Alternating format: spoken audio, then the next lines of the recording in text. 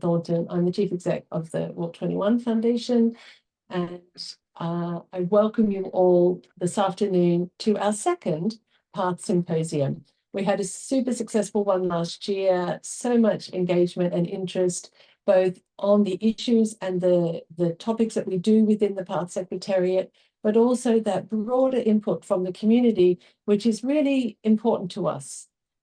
It's not just about sitting in the middle, generating knowledge products, albeit these are really important, but connecting with all of you, all of the community, around how we raise a voice for walking and cycling, particularly in the climate conversation, and the health conversations. As you know, we've represented walking and cycling at the climate talks for the last couple of years, and we'll be there again this year. And we've been focusing initially on some messaging in our first year on the messaging and the communication about the importance of walking and cycling for the climate agenda. Having done that, we then did the analysis of the nationally determined contributions and the national policies to see what was the status of walking and cycling in the commitments that countries had been making subsequent to the Paris Agreement, because they are due for renewal next year. So having identified where the gaps were, and I'm afraid there were a lot, and there's a lot of work to do at that level, we found very often that people would write walking and cycling national policies, but not necessarily capture them in their NDCs. So they're missing those opportunities. Or they'd have a really beautifully crafted NDC, but not translating that into international policies. So we've been trying to create coherent frameworks. And at ITF this year, we launched our template for that. We'll hear more about our work later in the seminar, and from Jim Walker and from Jill Warren. And then we'll hear also from you as a community and some of these fantastic actions that are happening all around the world. But to open our conference today, I am delighted that our guest speaker is none other than Juan Carlos Muñoz, who is the Minister of Transport and Telecommunications for Chile. Juan Carlos comes as a very multi-talented individual, and it's great that he's here today because not only is he here as Minister for Chile, he works very much on the international agenda. He's got a strong academic background in public transport and sustainable development and transport around that. He's a full professor in the Department of Transportation and Logistics Engineering at the Pontifical Catholic University of Chile. So from a background in BRT, and the Center for Sustainable Urban Development that he was a director at, he has now become a politician. So all of that knowledge that he has developed and shared as an academic, he has to translate into political will, commitments, and delivery. And this is quite a unique role that he has. He's written books about bus rapid transport and restructuring public transport. He leads conversations everywhere on this topic. We're going to hear from him today about cycling in particular. And I referenced earlier about NDCs and national policies. So Chile has a national policy that includes walking and cycling, but their NDC only mentions cycling. I don't want to put you on the spot, Minister. We're delighted that you're here to talk about cycling, but I might have a few questions afterwards to hear what you're doing for walking as well. So with no further ado, I'm delighted to hand the floor to Juan Carlos Muñoz, Minister of Transport and Telecommunications from Chile. Juan Carlos, the floor is yours. Thank you very much. I am Brown, and I'm very pleased to be in this auditorium, virtual auditorium. Very happy to share the experience of what we've been doing in terms of improving and increasing infrastructure for cycling in Chilean cities. As you said, my background comes mostly from academia or research, and now I've been exposed for almost 2.5 years into making things happen. And of course, the challenge is huge, and I'm trying to do my best. So let me tell you a little bit that since the focus is mostly in infrastructure, or at least what I was told, I will tell you a little bit of the 3 areas in which we're moving in terms of improving the cycling infrastructure in my country. Next. So to increase the infrastructure for active mobility, what we've done is on one hand, we have set ambitious but achievable goals in terms of trying to increase the number of people using bicycles, to increase the number of kilometers of cycling infrastructure. It's something that, of course, is needed, and the more infrastructure we have, the more cycling we will have, and also the safer the transportation system will be for cyclists. And that's something we understand, and I would like to present you a little bit about that. Second, to how we have lowered some institutional barriers. What I will show you is that building infrastructure for cycling in Chile takes a lot of time. It's, in my opinion, unreasonably slow. So what we're trying to do is to realize or to convince to incorporate in the decision processes some fast tracks, so that the possibility for improving or increasing the capacity of or the number of cycling facilities gets easier. And finally, we have also worked on establishing some quality standards, so that the whole country share the same standards, and does not depend on the creativity of the local authority, which I think should be avoided. Instead, we're trying to move towards quality standards across the whole country. Next, please. So this is what we've seen in terms of the modal split and the cycling lanes. In red, it's the cycling lanes. As you can see, it has increased quite significantly. And by now, quite recently, we were a study that we made told us that so far approximately 8% of the trips are made by bicycle, which is very attractive. Has grown from 4% on 2012, and on the other hand, the number of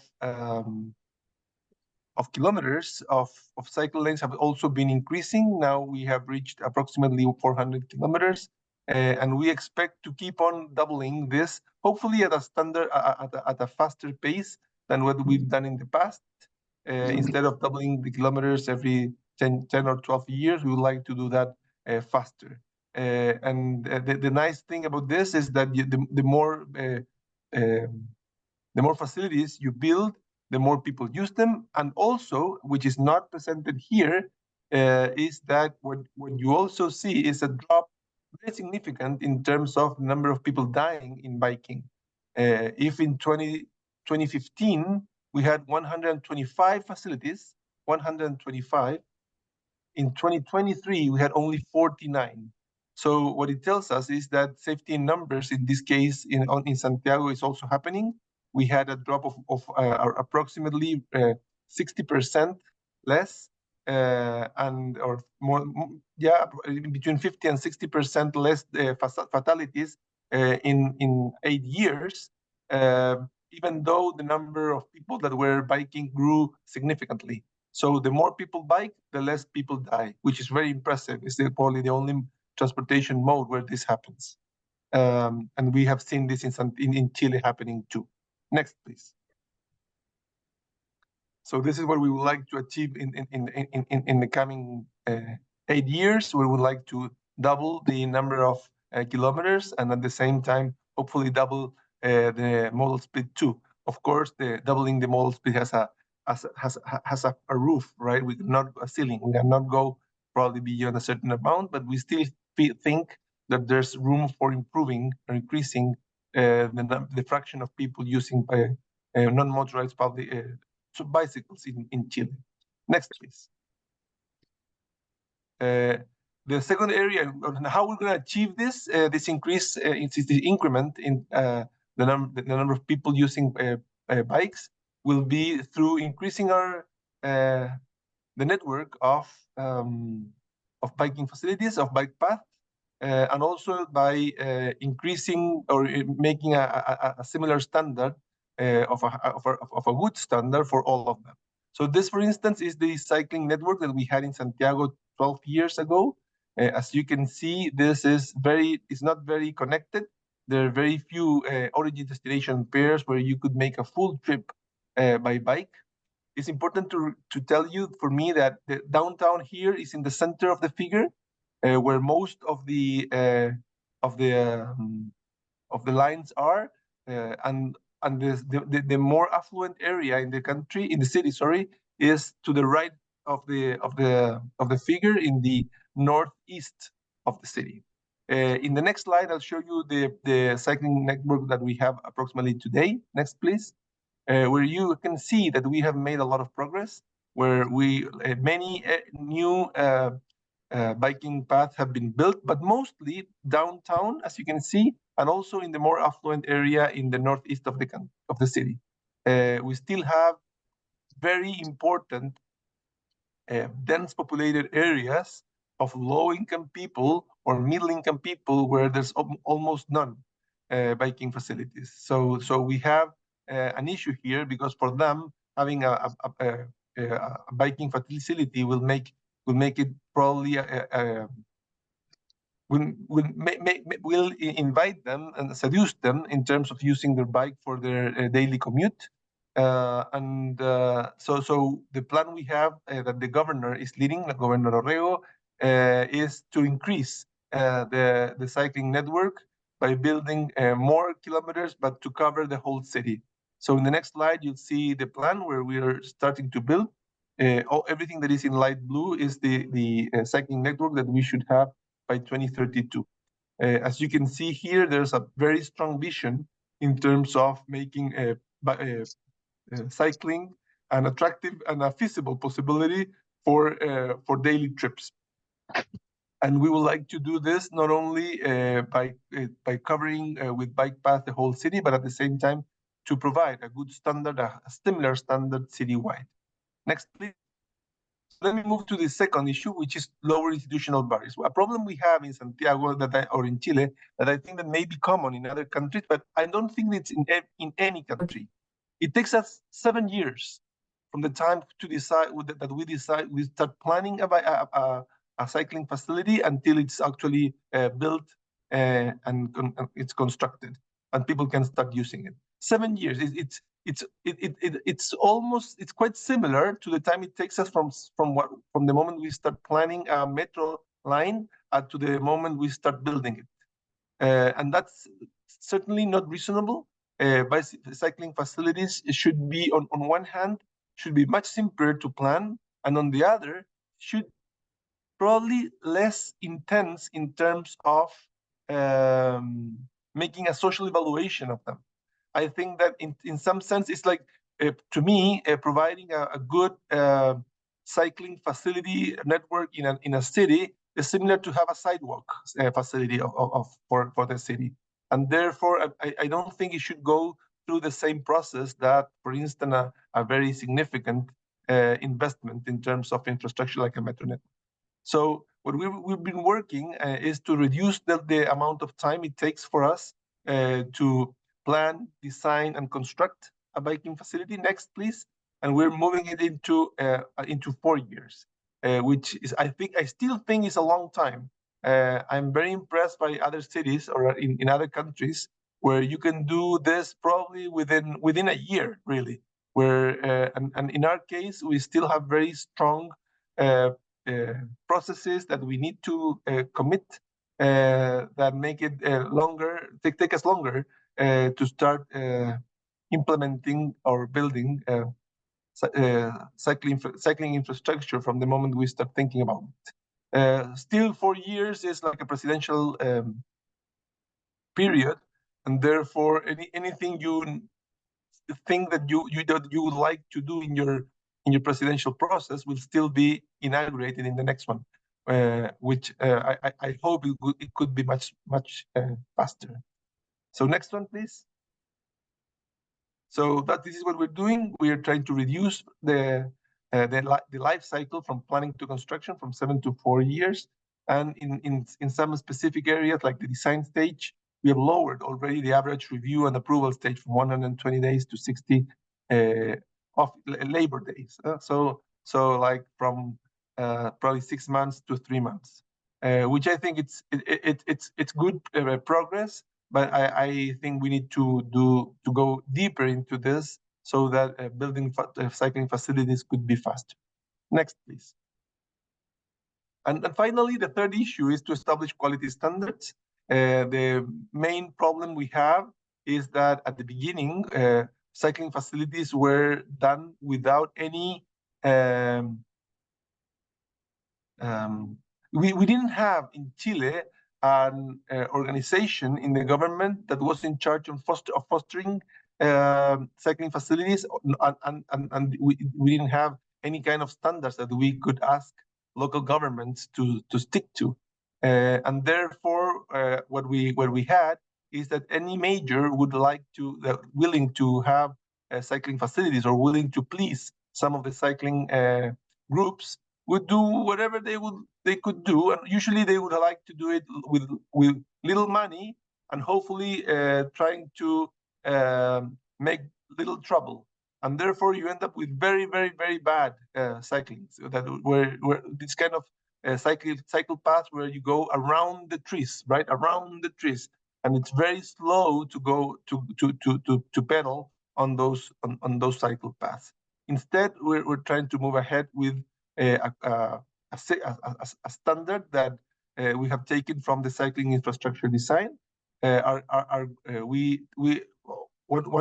the first things I did as a minister was to implement a unit within the ministry in charge of fostering non-motorized transportation modes, and in charge of promoting this standard. The person that is leading this unit is called Tomás Echiburu.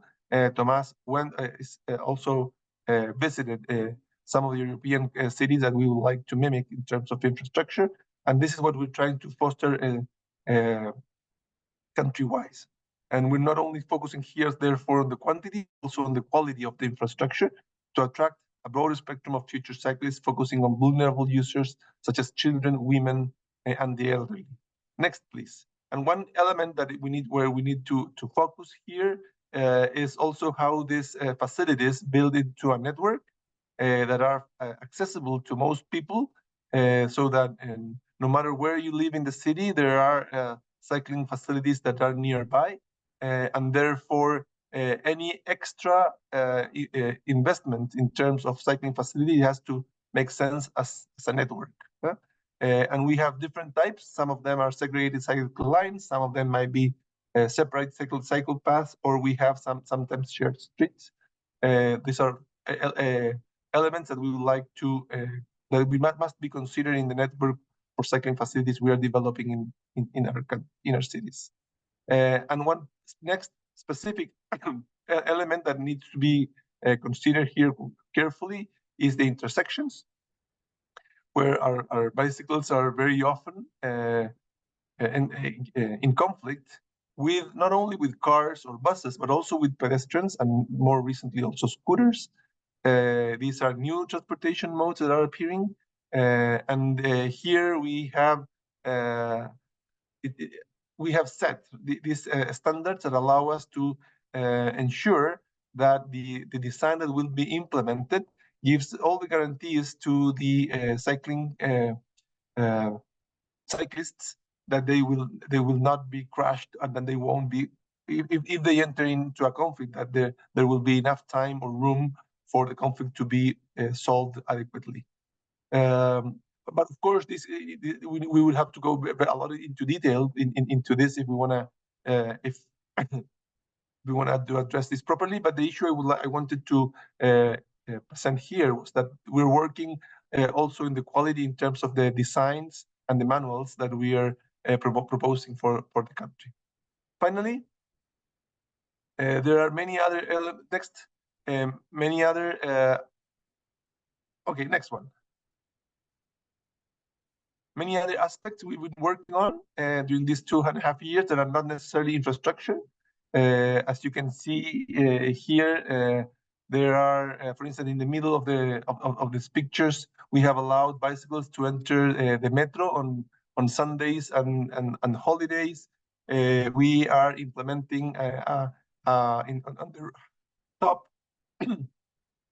top right-hand side picture, we're implementing a very important ciclovia cycle path on the main avenue of the city called Alameda Providencia, and that's part of the pilot project we developed. We have these ciclorecreovías where people go out and take the whole street on Sundays. We have the day without a car that it will be happening in a few more weeks, etc. Very important on the the bottom at the middle, we have also set a standard for the buses we're buying in Santiago, so that they have cameras that allow the driver to have total full visibility of what's going on around the bus, so that we avoid the blind spots that the driver otherwise may have, and sometimes make them go over a pedestrian or a cyclist. Sorry.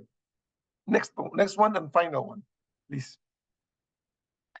And these are pictures that for me, of my daily commute from home to the ministry. Some of them are on Sundays on the metro. I'm sorry. But what I wanted to show here is that I think that the authorities, we need to show to use the transport modes we are promoting. It's very important. It inspires, I think, and for me, it's a very key. Thank you very much. I have some water. It's very important to use the transport mode we're promoting. I try to use public transport every day, or biking. Like yesterday, I came by bike. Today, I came by underground. And for me, it's relevant. It's not something that I like very much, to show pictures of myself every day. It is not. But what I want to show is that public transport and bicycle work. That they are something that anyone can use. That they are safe. And it's the only path we have towards making our cities more sustainable. And that's why I try to show with certain frequency pictures of myself using the transport modes I'm promoting. And this is the last slide. Thank you very much.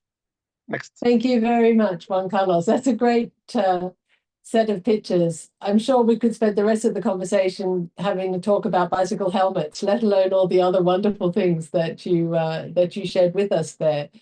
And we have quite a few questions in the chat, unsurprisingly, but we don't have time to go through all of them. But I wanted to particularly highlight how fantastic it sounds that you've identified the need for skills and quality and design, and set up a unit within the ministry to be internal champions for this topic in your country, which can then translate outwards. And that increasing on delivery time is so critical for garnering momentum, because there's questions here about how do you overcome resistance with increasing motorization, and sometimes that momentum is what you need. And the last thing that you made a really important point about was that cycling isn't just a mode of transport, it's a safety solution as well as the sustainable option for the future. And when we are looking at how we can best spend our money and the decisions that we make for our countries and for our cities, we have to find the things that do multiple things at once. So walking, cycling, public transport, they're road safety solutions as well as sustainability solutions and community solutions as well. We have quite a few questions in the chat, but I would like to pick up if your team inside the ministry are taking a similar approach to walking within your cities and building in terms of quality and provision for walking. I saw them coming into the conversation around addressing conflicts and points of intersection, but are we seeing some momentum as well towards walking as part of this agenda? Yeah, walking. Well, we have a lot of people. Every time we ask or develop a survey in terms of how people move around, walking in terms of trips appears like approximately 25 to 30% of the trips are done by walking. However, we very rarely analyze how we provide better infrastructure for walking. We're doing an effort in terms of making our intersections safer. And of course, the effort I mentioned regarding cycling affects very positively people that are walking too. But I don't think we've done an effort that may be as comprehensive in terms of walking as we've done with cycling. We're trying to invest in making or to promote having wide sidewalks and at the same time that are high quality. But the focus so far that we've made is mostly on cycling, and it might be something that we need to look more carefully. And I'm a bit embarrassed of not having a better answer in terms of one thing that we've seen also is that in many cities in Chile we exit the pandemia. We finished the pandemia with much more cars that we entered. It's very bad.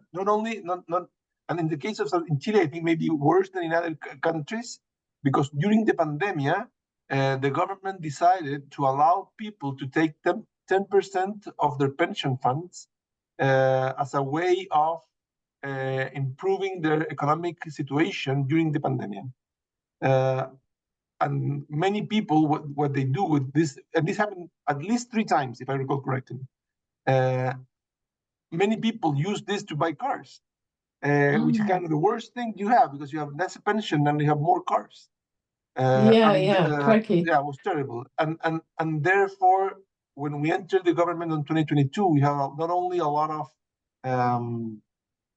cars in the cities, but also in some of them, a lot of these cars were used to park everywhere. We have some cities where people don't park at the side of the sidewalk, but on top of the sidewalk, even perpendicular to the sidewalk, so that they can fit more cars.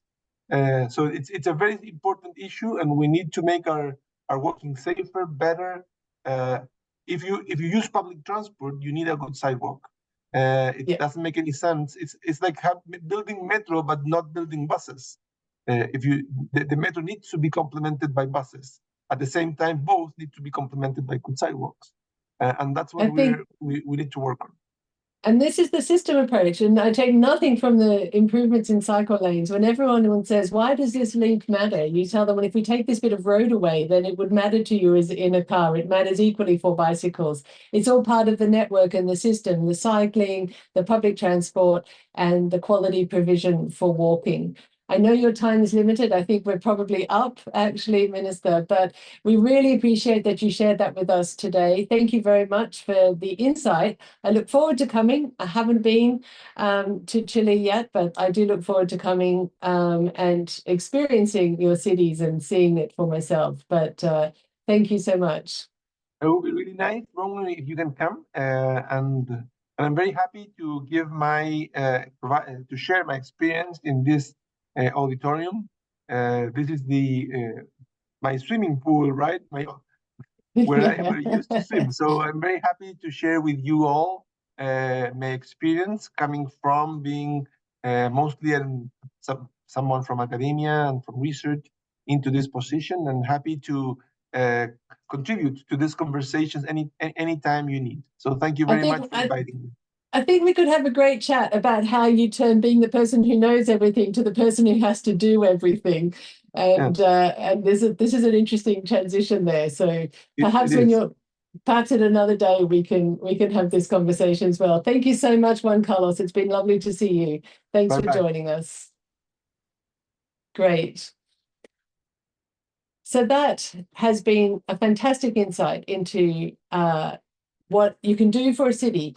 And I like that commitment to the building up the professionalism within his organization, trying to speed up the timeframes for implementation, and then focusing on that quality expectation as well.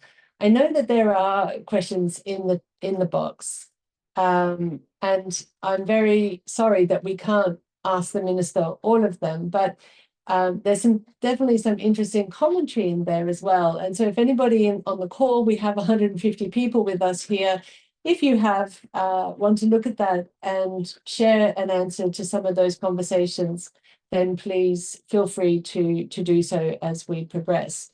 We're going to move on now to a panel discussion with the people who are at the forefront of doing the things that we need done to support walking and cycling as the champion modes that they are for meeting our climate goals. And I'm delighted today that we have a representation from the CAF Bank, Development Bank of Latin America, Angie Palacios, the Principal Executive of Gender and Urban Mobility at the Urban Development Unit, is here with us. Betty Tedeschi is the Head of Active Mobility with the City Government of Addis Ababa.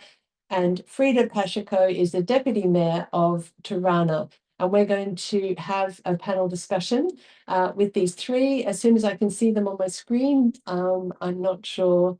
Anna Karina, if you can help me out with bringing on my panelists. This is great. And my panelists can put on their cameras now, then you can join us in the discussion. I have questions. We've obviously prepared for the conversation today, but I will also try and bring forward questions from the chat, so from the Q&A box. So please do bring those in as well. And our speakers might have some time afterwards to answer additional questions. So if you want to share those during the panel.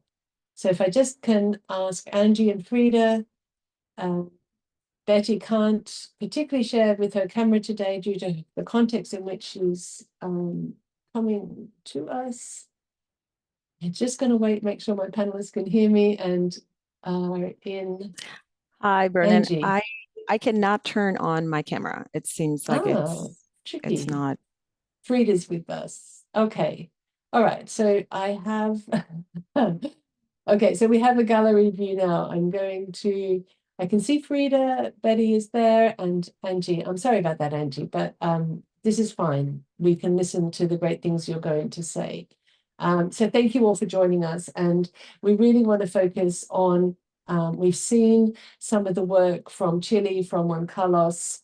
We know that he is working within his own country and within the international forums to champion that need.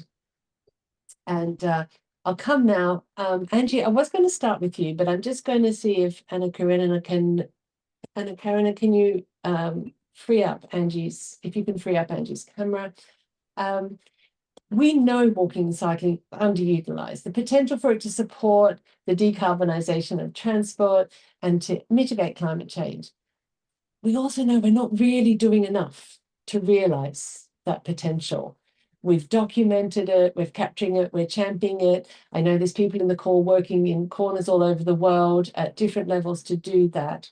If you could share with us, I'm going to start, Frida, if I could come to you first. If you could share with us how your city is unlocking the potential of walking and cycling and the work that you're doing. Thanks.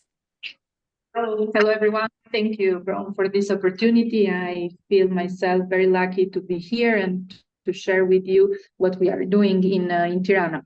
Actually, Tirana in the last period is focusing a lot about alternative mobility.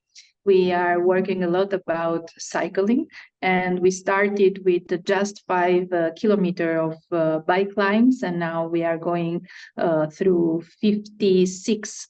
And besides this, we are working a lot with the project BC of Bloomberg in order not only to extend the network and the grid of the pipelines, but also to provide the safety crossing section and intersection in the city.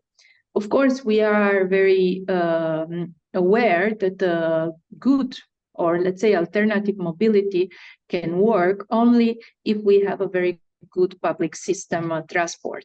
So besides this, we are going to move in the next 3 years in the total electric system of buses rapid transit. And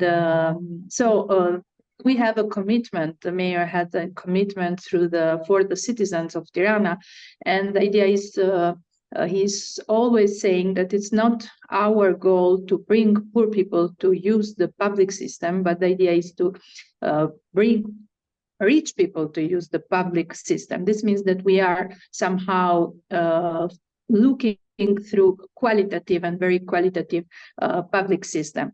Besides this, we have a lot working with the GIZ in order to have good data collection and monitoring of the actual system of mobility that we have. So about public transport, but even bike lines and pedestrian areas. And besides this, what is very important is the education. So we have started schools for bicycles in Tirana, and we have trained around 2,000 children. So this is a big goal. The next step, of course, is to enlarge the pedestrian zones and extensions of this zone. Somehow, we have started this process of pedonalization of the city with a big project that was done in the first mandate of the mayor, Erion Velier. This big project was the transformation of the heart of Tirana, the main square of Tirana, that is Skanderbeg Square, into a pedestrian square. It used to be a big roundabout, and now it's the most extended car-free zone in the city. Of course, we promote through different initiatives, for example, car-free days, campaign to promote sustainable mobility, and so on. But what is very interesting in Tirana is that we are trying to somehow create a connection with our past. During the communist period, the car was not allowed. So if we look back to our photos and pictures when we were kids, we have a city, a metaphysical city without car. That was not a choice, what was a reality imposed by the regime, but at least it provides us a very safety childrenhood. So today we are trying somehow to collaborate with the community in order to provide safety space within the community and the neighborhood. Almost as this from Tirana, I can enlarge with other information, or I can leave in the chat my email in order to inform or to be in touch with everyone that needs more information about Tirana. Yeah, that's really great, Frida. And we were there last week with Frida in Tirana, and there's definitely, the transformation of space that used to have cars and now has people in it. It's not always about taking the cars out altogether. It's about sharing the space and the allocation of space. But a little bit like what the minister just said now, like the increasing motorization is always a challenge. In particular, I know in Latin America since the COVID pandemic, but also in Tirana, you mentioned your communist era, you've now got an economic uplift, happening. I suspect is bringing more cars into the context. And so the imperative to improve these alternatives is quite high. And I just wondered if you just can share briefly how you're sort of counterbalancing that increase in motorization. How do you communicate to people the value of the space you're allocating for walking and cycling and public transport with your local communities? Yeah, we are trying to do this not only retrofitting our city, but what is most important is somehow through policymaker and through planning, urban planning. So we are trying somehow to include in our planning activities and in the transforming on every day of Tirana, so in the new development, this concept. So if we are building new areas in Tirana, or if the Tirana city, it's going to develop and grow up in the north part, we have already provided the city with the main infrastructure, that is the new boulevard. That is a very democratic space, because 70% of the section, or let's say the width of this space, is dedicated to pedestrian, bike lanes, and only 30% is for the cars. So the cars, it's no matter to treat the cars and the people that use cars as enemy, but it's to provide the right and the democratic space for everyone. So this is Fantastic. Yeah.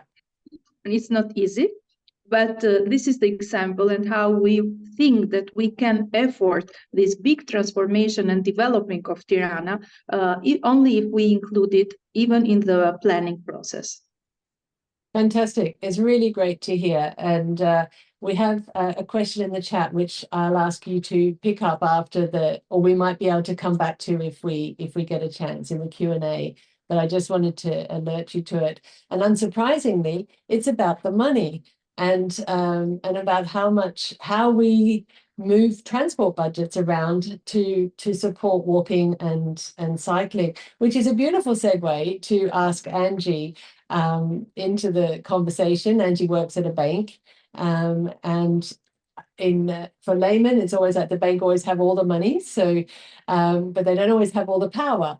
And it's a very interesting dynamic and relationship between the banks and between agendas and ambitions and relationships with countries and investment in and that whole dynamic. So Angie, perhaps you could share with us how we harness greater commitment and investment in walking and cycling so that we can realize the impact for climate change and sustainability, but thinking particularly from CAF's perspective on this and how you work with your countries. Over to you. Thanks, Angie. Thanks, Rona. You can hear me, right? Yes. Yes, sure. So one of the things as a bank that we're seeing, so the way we work, just so that everybody has context, is that our shareholders are the Latin American countries and the Caribbean countries. And of course, they have sovereignty in what to request funding for, right? Being a street, a bike lane, a public school, etc. And so, like you said, it's a very interesting dynamic what development banks have with cities and with countries in terms of, trying to demonstrate what the best practices are, what's going on in the rest of the region, what are the lessons learned, and trying to influence and help cities get there. But of course, cities should know better what they need at that moment, and that's where all the different actors and interests come into play. And I saw a question in the Q&A box about all that pushback for motorization. You can't take off one street lane because of course that's going to make some people very mad. And so that phenomenon, we see it every single time we look at a project. It's how do I convince people that this is for the good of everybody? Another thing that we also get from cities is the complaint of, well, I build a cycle lane and nobody's using it. And of course, at the moment you say, well, infrastructure is built for the next 5, 10, 15 years. It is a short-term project in terms of like you can see it right away, but the impacts that it's going to have, they're going to take a little while. And so that tension is what is constantly, I think, pushing us back or preventing us from any progress. And I think part of what the banks have to do is to try to bridge that gap or ease that tension with studies, with data, with reports or diagnosis, with different initiatives that showcase that the decision that you make now may have an impact or is probably going to have an impact in the future, and you're going to have to deal with that tension somehow. And I think the opportunity there particularly for development banks and for also other agencies and for obviously countries and stakeholders is to request for more funding for those types of infrastructures. We see it. There's tons of funding and big purses of resources and technical assistance and financing for electric mobility, for new technology in buses, for including new technology in just private cars, but we don't see that level of funding for walking and cycling infrastructure. It's sort of like a given that cities are going to find resources for that. And the idea is that that's probably the largest public works. The network of your city is the most important one. It's probably the one that needs most maintenance and operational costs. And so I don't think we're putting the money where the focus should be. I'm not saying that electric cars and electric mobility and electric buses are not needed, or clean energy in general, but it has to be also complemented in parallel with a focus on walking and cycling as a decarbonization strategy, a very important one. And so I know that we're a bank, and so we're trying to do that. We're trying to focus. A third of a portfolio is streets. We literally build streets. A third of a portfolio is just that. It's something that I'm going every year because, of course, in Latin America, we are subject to climate change issues and floodings and a lot of rain. And so roads need a lot of maintenance.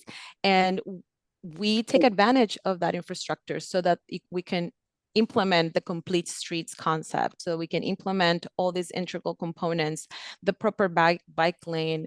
And so we are trying to use that third of our portfolio to influence the quality of that infrastructure and the focus that we're giving them. And another thing that we're doing, like we mentioned, or I mentioned how banks need to ease this tension, is provide diagnosis of what is going on in the region. And one of the things that we're going to do in the next year is work with with Walk 21 to have this walking and cycling in Latin America and Caribbean big picture, what's going on in terms of policy, right? Replicating a little bit of what you did in Africa, but with a tweak, I guess, in mainstreaming gender, in mainstreaming mobility of care, in, of course, mainstreaming also, or putting a focus on climate change vulnerability, and also to focus on subnational local governments. The Ministry of Transport of Chile, of course, is a particular case because he can see the big picture of the whole country in the sort of setup of that particular country. But the rest of countries in Latin America, or at least the majority, have a very localized, very on the ground sort of governance. And so cities are the ones that actually can make a change in this respect. And so we're trying to build our capacity, having understand this tension that we mentioned and how we can, help them prepare for their term, but also lay out a plan for the city for the next ones, the technical capacity also in the teams, and finally, how to negotiate, how to communicate this to the community. Like we said, how do I, yes, the bike lane is not being used right now. I took one lane of a car, and how do I bridge that gap in the community? Because at the end, the neighbors are the ones that are having these discussions, and I'm sure the deputy mayor has a lot to say on how to engage with the community in a way that it's beneficial to everybody. So those are one of the few things that we're doing. You said so many great things that I really want to just pick up on a couple of things, but I always love the nobody uses it thing. And we had the same thing years ago when I worked in Australia. We built an expensive piece of bike lane next to a freeway, and all the people sitting stuck in traffic were looking at this empty bike lane saying, what a waste of money, and they're sitting in congestion. But the reality was that the bikes were going so fast through it that they just didn't register in the perception of the motorist. And sometimes you have to really address the perception of what being used is, and the fact that they're sitting in traffic isn't a reflection of the right level of use. Yeah, definitely. And not only that, it's just that the quality of that bike lane has to be also taken into consideration. We always say, of course, if we go and look at it and there's no trees, there's no shade, the built environment is not conducive. You have big walls, next to that bike lane. You can't see everything. I mean, we have to look at the objective reasons of why the subjective reasons of why people also don't use exactly a bike. Yeah.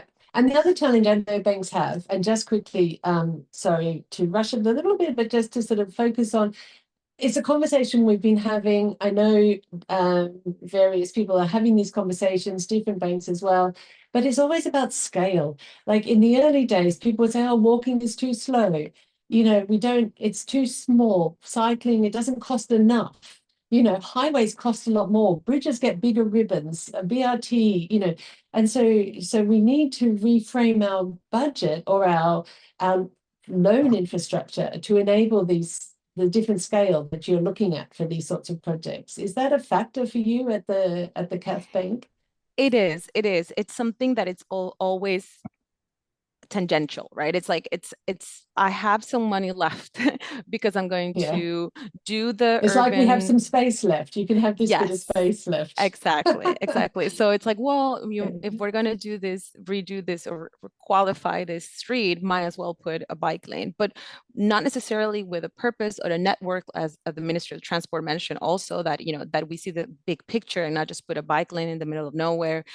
So yeah, we also see it as like an opportunity, but it's not that the request for funding was dedicated to that, right? Like the focus was not the bike lane. The focus was the street, the drainage system, and maybe, the width of the street gives us enough space for one-sided bike lane, and then we do it. And so we do see that issue, and CAF of course has that limitation that we cannot. Actually, we saw this very clearly during the pandemic. A lot of our clients, our beneficiary countries and cities were requesting us for resources for building emergency bike lanes, not actually bike lanes, but just emergency, right? So, and we did not have the muscle to actually give that funding because it was too little. It just, we didn't have that, So frustrating. So, yes. So it is true. And that's why I mean by we need to ask, and also in this at the international level, in all these different events that are happening throughout the year and that are going to keep happening, we need to ask for more funding for this, for rapid funding for this sort of infrastructure, and not just have, again, for the big, 1,000 buses renovation to electric buses kind of projects, but for this particular, for road networks, for street networks. And this is where in PATH we see it's really critical to both establish at the NDC level, then at the national policy. We've heard already from both you and from the Minister about the importance of technical skill, capacity building, having a plan, having, all of these instruments in place. And it's this entire layered, like think of it as an enormous wedding cake of all these different tiers and all these different pieces that brings the same level of professionalism and scope and expectation to walking and cycling, integrated with those other modes where perhaps public transport. I'm using this now to segue to Addis Ababa as well, to talk to Betty, because it's critical, this integration with public transport and active mobility, with walking and cycling. And we talk about that a lot here because, of course, public transport projects are the big money projects that the walking and cycling is a critical component of, to ensure the fiscal viability of those schemes. And Betty, if I could come to you, and I'm doing this particularly because your title is part of the public and non-motorized transport group. So you are sitting in charge of these two things in Addis. And if you could share with us how your city, you're fairly famous by now for what you're doing, but if you could share with us how you're unlocking this walking and cycling potential within Addis. We know Africa already has a very high levels of walking every single day. Our research has shown us that. But share with us some of the developments that are underway in Addis. Great, thank you so much. More money. Sorry, Betty. I'm just going to say, please touch on the money as well, how you're financing it. Thank you. Nice. Okay. It's my pleasure also to be here on this, the second annual Symposium, just to share about Addis also, which is, we are on the primary stage comparing to other countries, but our progress it's a very good when we are comparing. So starting from the past 5 years, like the city developed her own non-motorized transport strategy, which is having a 10 years plan with including of its implementation plan also. So as a basic and plus our bureau, which is the City Transport Bureau, having a vision of creating a reliable, safe and efficient, environmental friendly urban transport system for the city of Addis. So as per that, we have a good and large investments in new infrastructures like LRT, plans for a new BRT system, plus by focusing on improved standards and practice for improving and integrating pedestrian and cycling facilities in major transport capital projects. The city is doing in a very good progress. So basically, as you said, how we how the investments on such walking and cycling activities are done is, so far we are trying, the city is mainly focusing on these active mobility policies. So most of our policies, like the transport policy of Addis Ababa, plus the road safety strategy and the 10th master plan and planning documents, all promote environmental friendly transportations. So as per that, walking and cyclings are the main things that took the under these initiatives. So while we are doing under our goals also, under this NMT strategy goals, we have a very four focused goals. So from those, increasing the modal share of walking and cycling plus public transport is the one. The other is improving the air quality, because they are those who are mainly focused under one of the four goals. The remainings are reducing the motor vehicles number and the others. So the city government is collaborating with other government organizations like the River Basin and Green Areas Development and Administration Bureau, plus the Environmental Protection Authority are the main stakeholders that we have a common MOU with them. So in terms of that, we are doing a great things.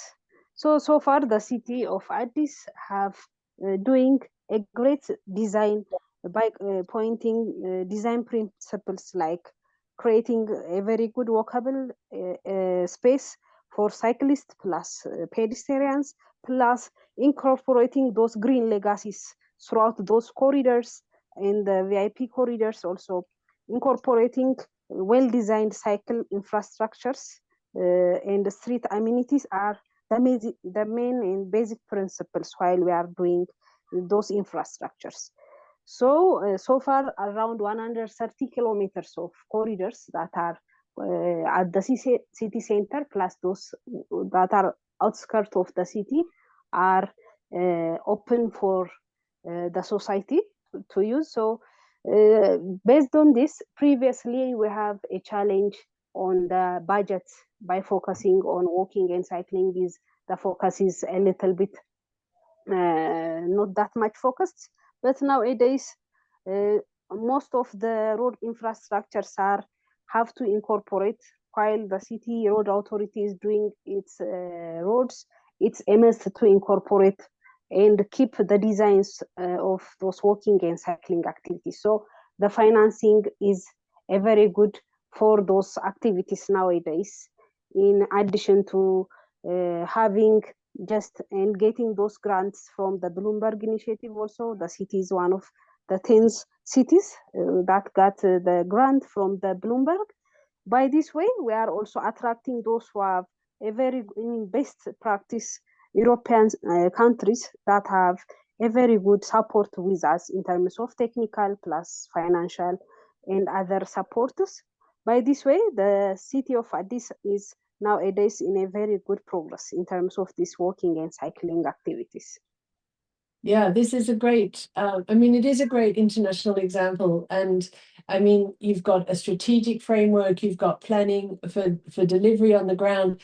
But the other thing that I really love what you were saying was recognizing that you're doing the air quality impact as well. So when you identify the different benefits that walking and cycling, you can start tapping into the different funds that are available to deliver on those benefits.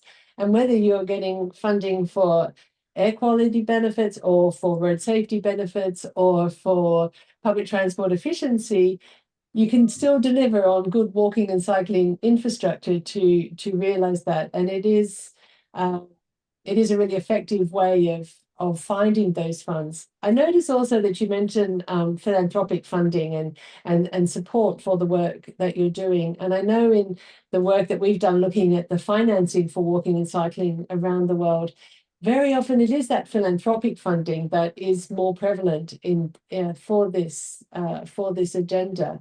And I wonder if you could just talk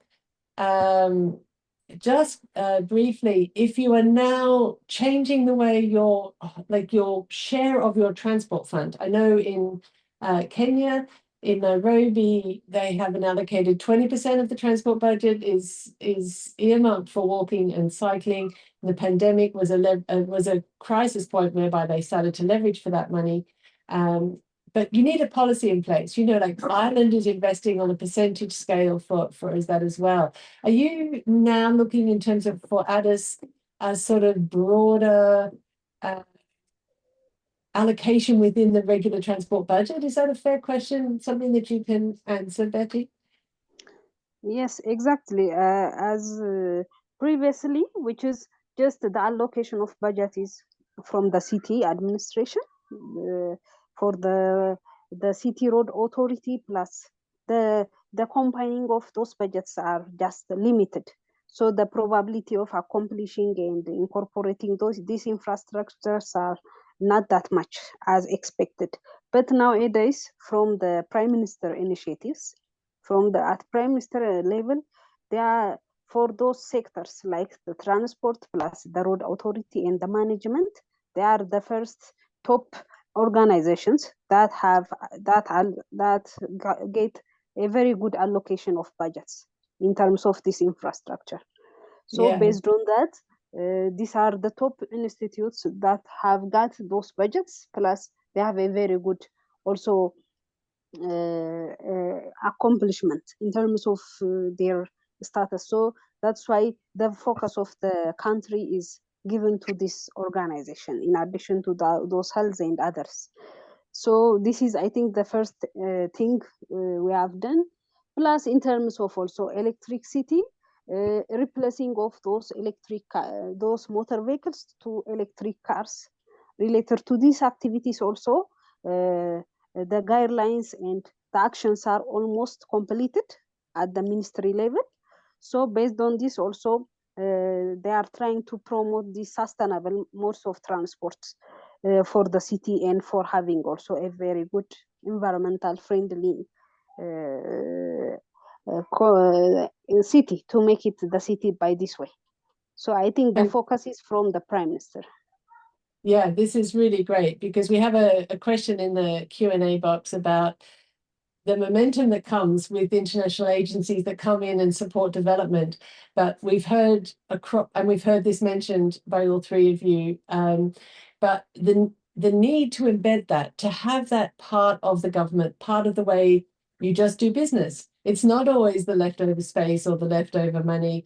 And you hear in Addis that you're bedding that into the way you do business and right through the country now as well from that national government. We heard it from the minister in Chile that he has a unit looking at these issues at all the times. And it's this transition from being small sideline projects with different pots of money to a cohesive, coherent government strategic position and policy to invest in and move this agenda forwards. And I'm really inspired by hearing from all of you how much progress we've got. I mean, everyone knows I've been around this conversation for a long time, and the change in that conversation, particularly since COVID, is really energizing. And I'm really delighted that we can hear from such different contexts today that this progress is happening both in your two cities, Frida and Betty, in Addis and in Tirana, but also in just the fundamental way CAF Bank works across your region, identifying the need to work into cities and to support them.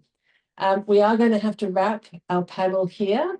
I really thank you all, ladies, for joining us in this conversation and for the great work that you do for walking and cycling in your various realms of influence, because it's only by these commitments individually that we get that embedded sort of system change that we need to see, and that Path is supporting. So there are some more questions in the Q&A if anyone wants to jump in and drop them into there. That would be really great.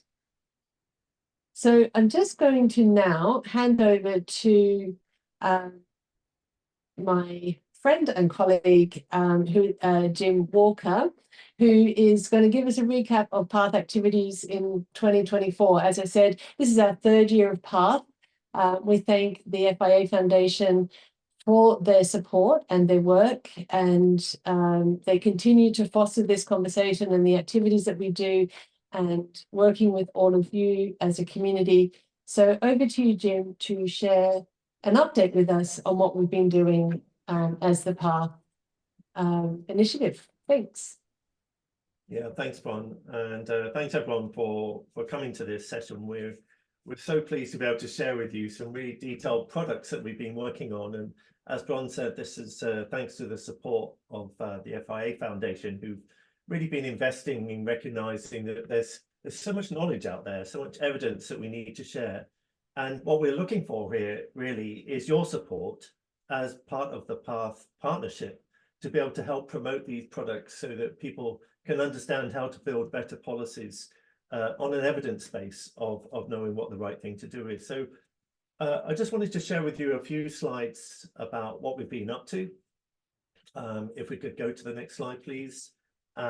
Just to start with, as a recap, I can remind you that last year we did a lot of research. Actually, we had 6 or 7 experts from different parts of the world, a lot of them PhD students, and they read everybody's policies. Can you imagine this? At a national level, we read all the transport policies and also all the nationally determined contributions, the climate policies for every country.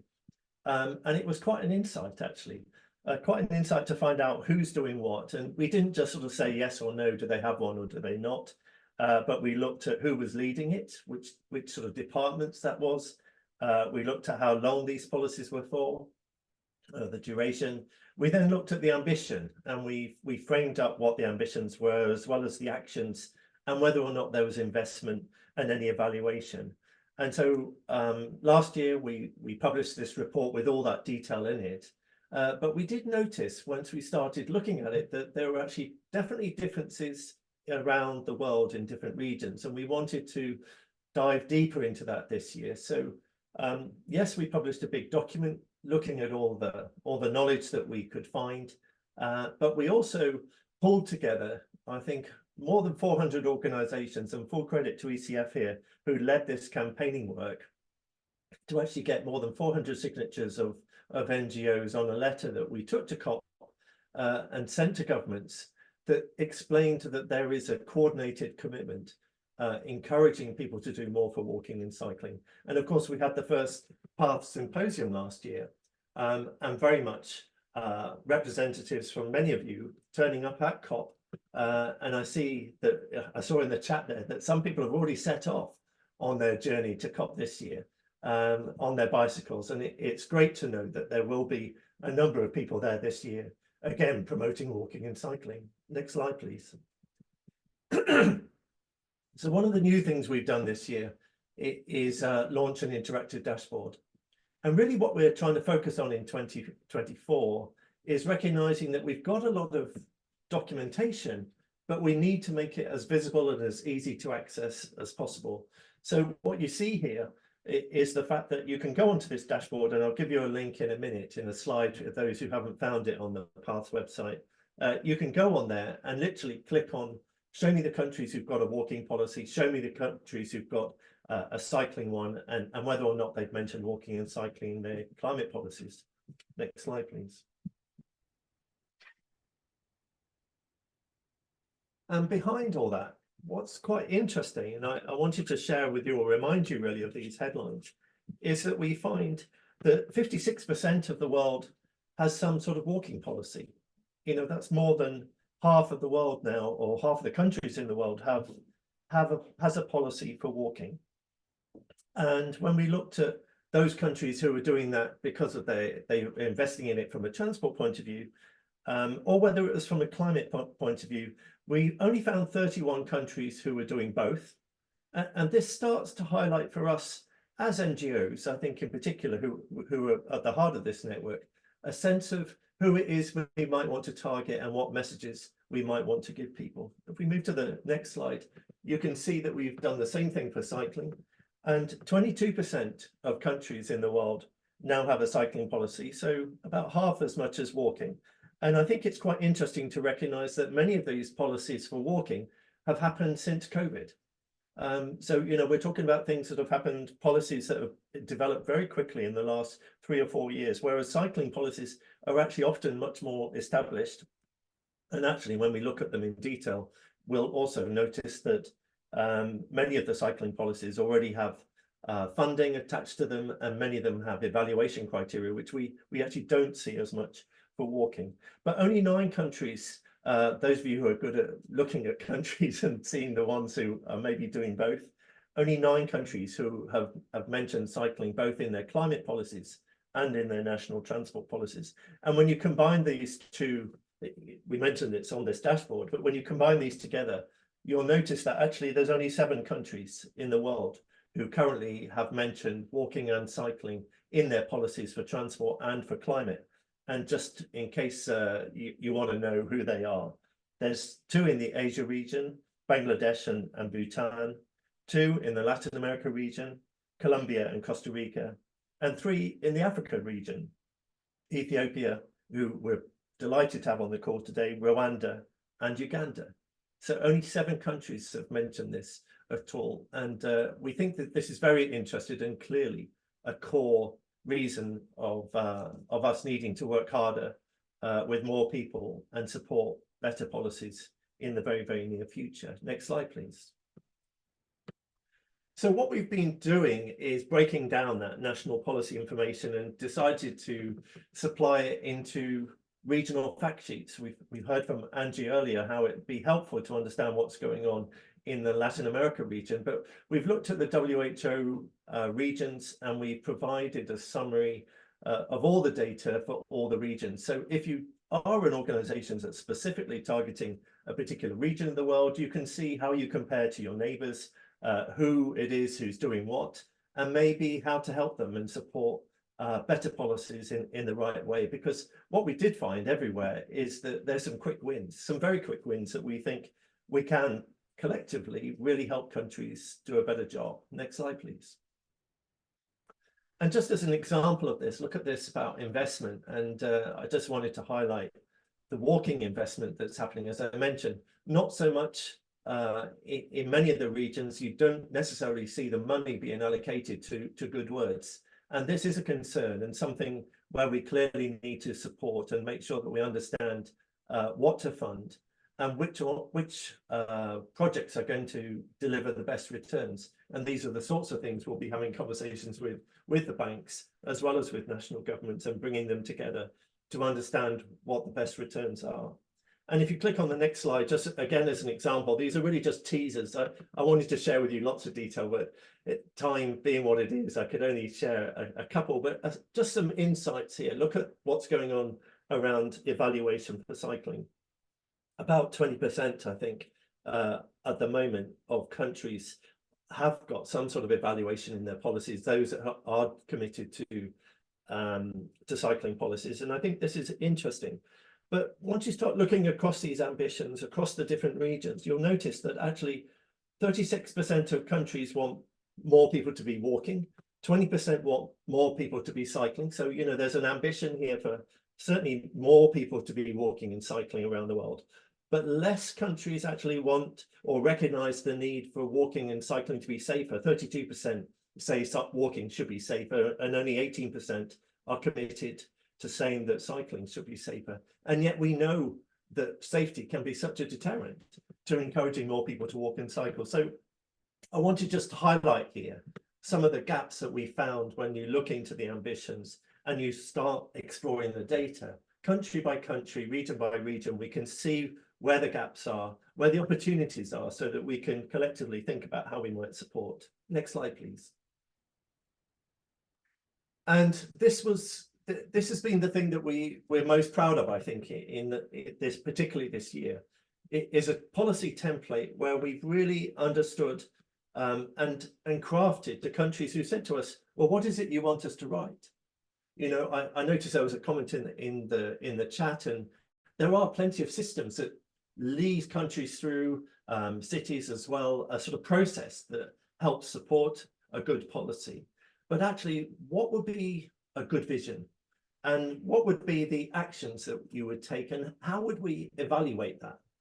Countries were asking us, they were saying to us, don't just point the finger and tell us we're not doing a good enough job. Can you please help us by sharing with us what would be the right sort of thing that we could say, so that we can then use that as a framework to adapt and make relevant to our own situation. So this template is a start for that.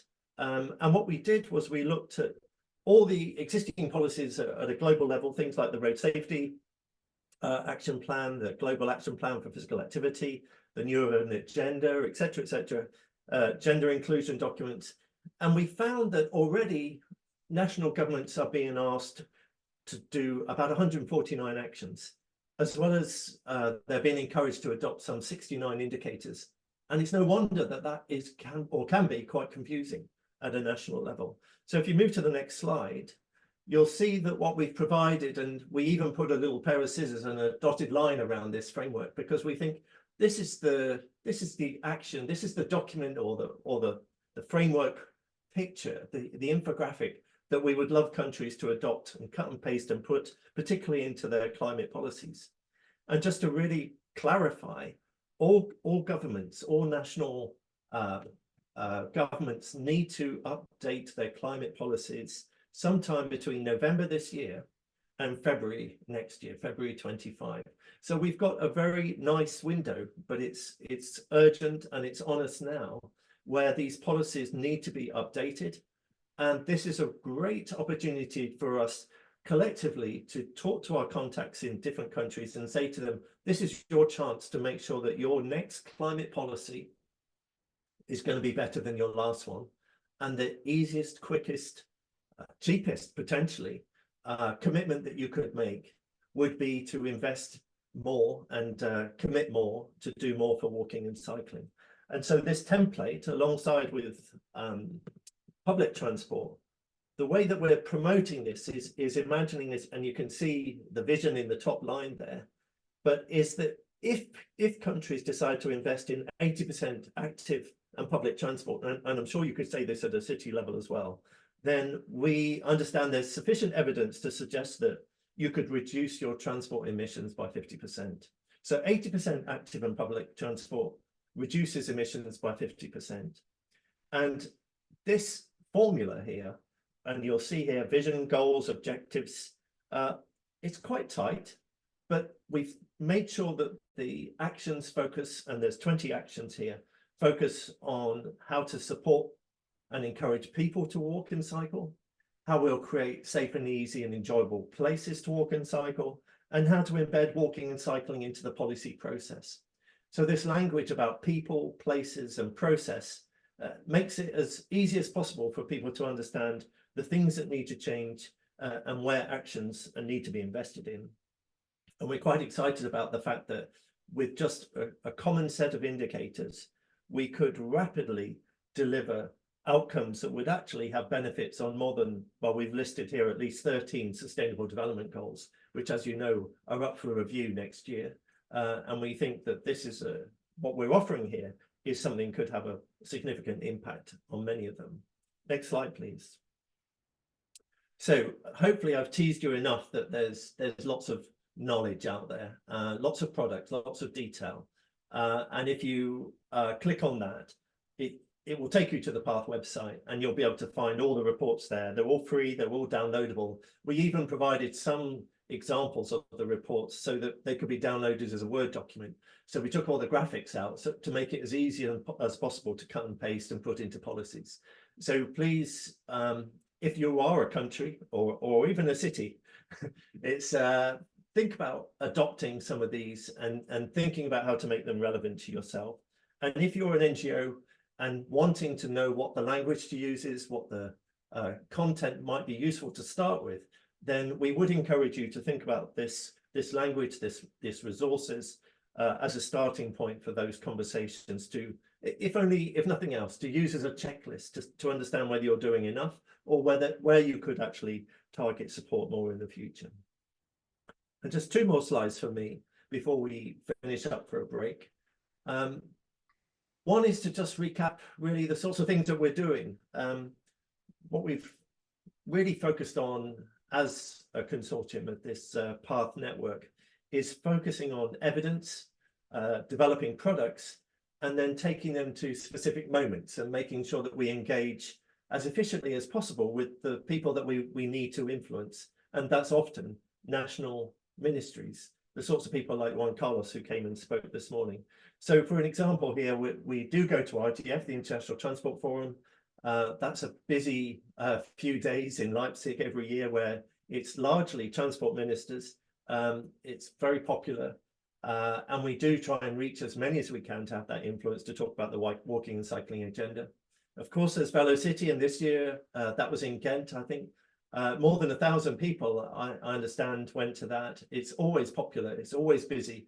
But I think it's increasingly the place where anybody who is involved in anything to do with cycling, you have to go. You have to go to these things. And of course, we've got our own Walk 21 conference to do something very similar with the walking community too. And ours is coming up, hosted by the government of Portugal. And it'll be in Lisbon in October, in just, I think, 30 days or something. IRF, the International Road Federation Congress, are now engaging in walking and cycling into their agenda. It used to be much more just about roads and road designs. Now it's including walking and cycling. We're delighted to have been invited into that. And that will be happening as well. We will be represented into that forum. Again, conversations with ministries and people who are writing these standards. And coming up will also be this huge event hosted in Cairo this year with UN Habitat, the World Urban Forum, in the 5th of November.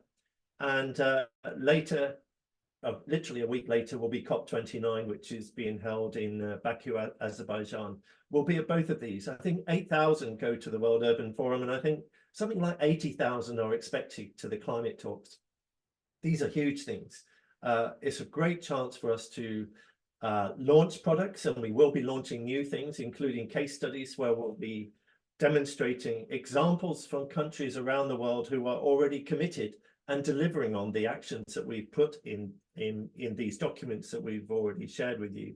So there'll be some new things to launch in the very near future. But if you are going to Baku, and if you are going to the World Urban Forum, please let us know, get in touch, send an email to the PATH network. We'd love to know if you're going to be there. We'd love to connect with you. We have side events at both of these forums, and there will be launches, as I say, launches of policies as well as products. But most importantly, a chance to rub shoulders directly with ministers and tell them, here's something to cut and paste, improve your policy quickly, because now is that window. Last slide. So just to be clear, this is a network, and we're delighted it's grown to be as big as it has. I think we've got something like 500 supporters now in the PATH network from organizations all over the world. It's fantastic this has grown so fast. Literally in 3 years, we've managed to hoover up so many of the organizations who often work sometimes just individually, doing what they can to influence policies and deliver better projects for people walking and cycling. If you think there's other people who might benefit from connecting into this community, it costs nothing to be a member, and we would love you to invite them to join their support and connect in with us. Please also continue to link in with us, and on Twitter or X, follow us on these accounts, and share our products and our thoughts with your own networks and stakeholders and policymakers. But let's make this a two-way thing. If you think there's something else we could be doing, other things that you're doing that we need to shine more of a light on, then please, again, let's keep in touch over the next few months before the next symposium for certain, so that we can understand that we can highlight all the good work that is going on. The general view that we have, having looked at all this policy, is that governments are saying to us, if they haven't got it already, they want one. And if they have got one already, they recognize that this is an opportunity to do it better. And as I say, we're not wagging the finger at them and saying, you didn't do better. You didn't do what we'd hoped. We're saying to them, here's a template. Here's something that you can use to double check. Can you please then think about how you could improve on this? And let's think about the community who are maybe best placed to support you with that capacity building to get those policies better. So by all means, please promote this path channels, these networks, these products. And don't forget that as we look towards COP29, this particularly important year, because of these new policies coming up that have to be done between November this year and February next year, we've got 4 or 5 months. This is a chance to reach to every country and ask them to do more for walking and cycling. Thank you very much. Thank you, Bronwyn. Great, thanks, Jim. That is a fantastic run through of the work that we've been doing in Inside Path, and some very good invitations to please join us at these different events when you can. We're going to take a short break. Don't go anywhere though, apart in terms of virtually, stay with us virtually, because in a few minutes, we're going to hear from you. We're going to hear from the community. This is, as I said, at the beginning, we've heard from the politics, we've heard from the people that are doing work in our cities. This is what we've been doing inside Path. And our next opportunity is to hear from some of our partners and the activities that they've been under. This is an incredibly competitive slot for these guys. We put out a call for participants, and we're delighted with who's joining us today. So we're going to take a 10-minute break. We'll be back to start at 20 minutes to the hour, whether that's whichever hour it is for you. We'll be back in 10 minutes and ready to start to hear from the Path community. Thanks very much.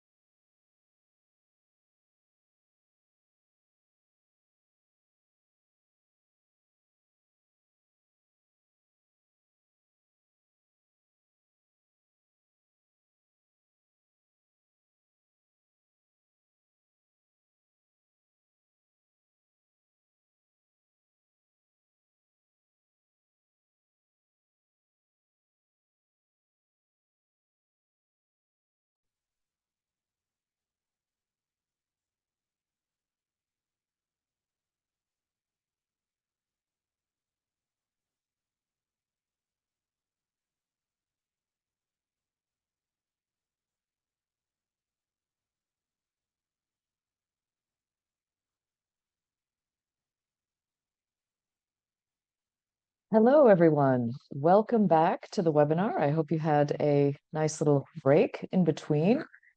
Now we come to the part of our PATH Symposium where we hear from some of our PATH partners and supporters about specific initiatives, projects, policy work that they've been doing. Next slide, please. So I'm very, very pleased that we will have 8 people presenting to us today. And we're going to start in Brazil with Ana Carboni from the União de Ciclistas do Brasil, who will be talking to us about a national strategy for the promotion of mobility by bicycle. Ana Carboni is also known to us as a board member of the World Cycling Alliance. I'm so very delighted to have her here today. Ana, over to you.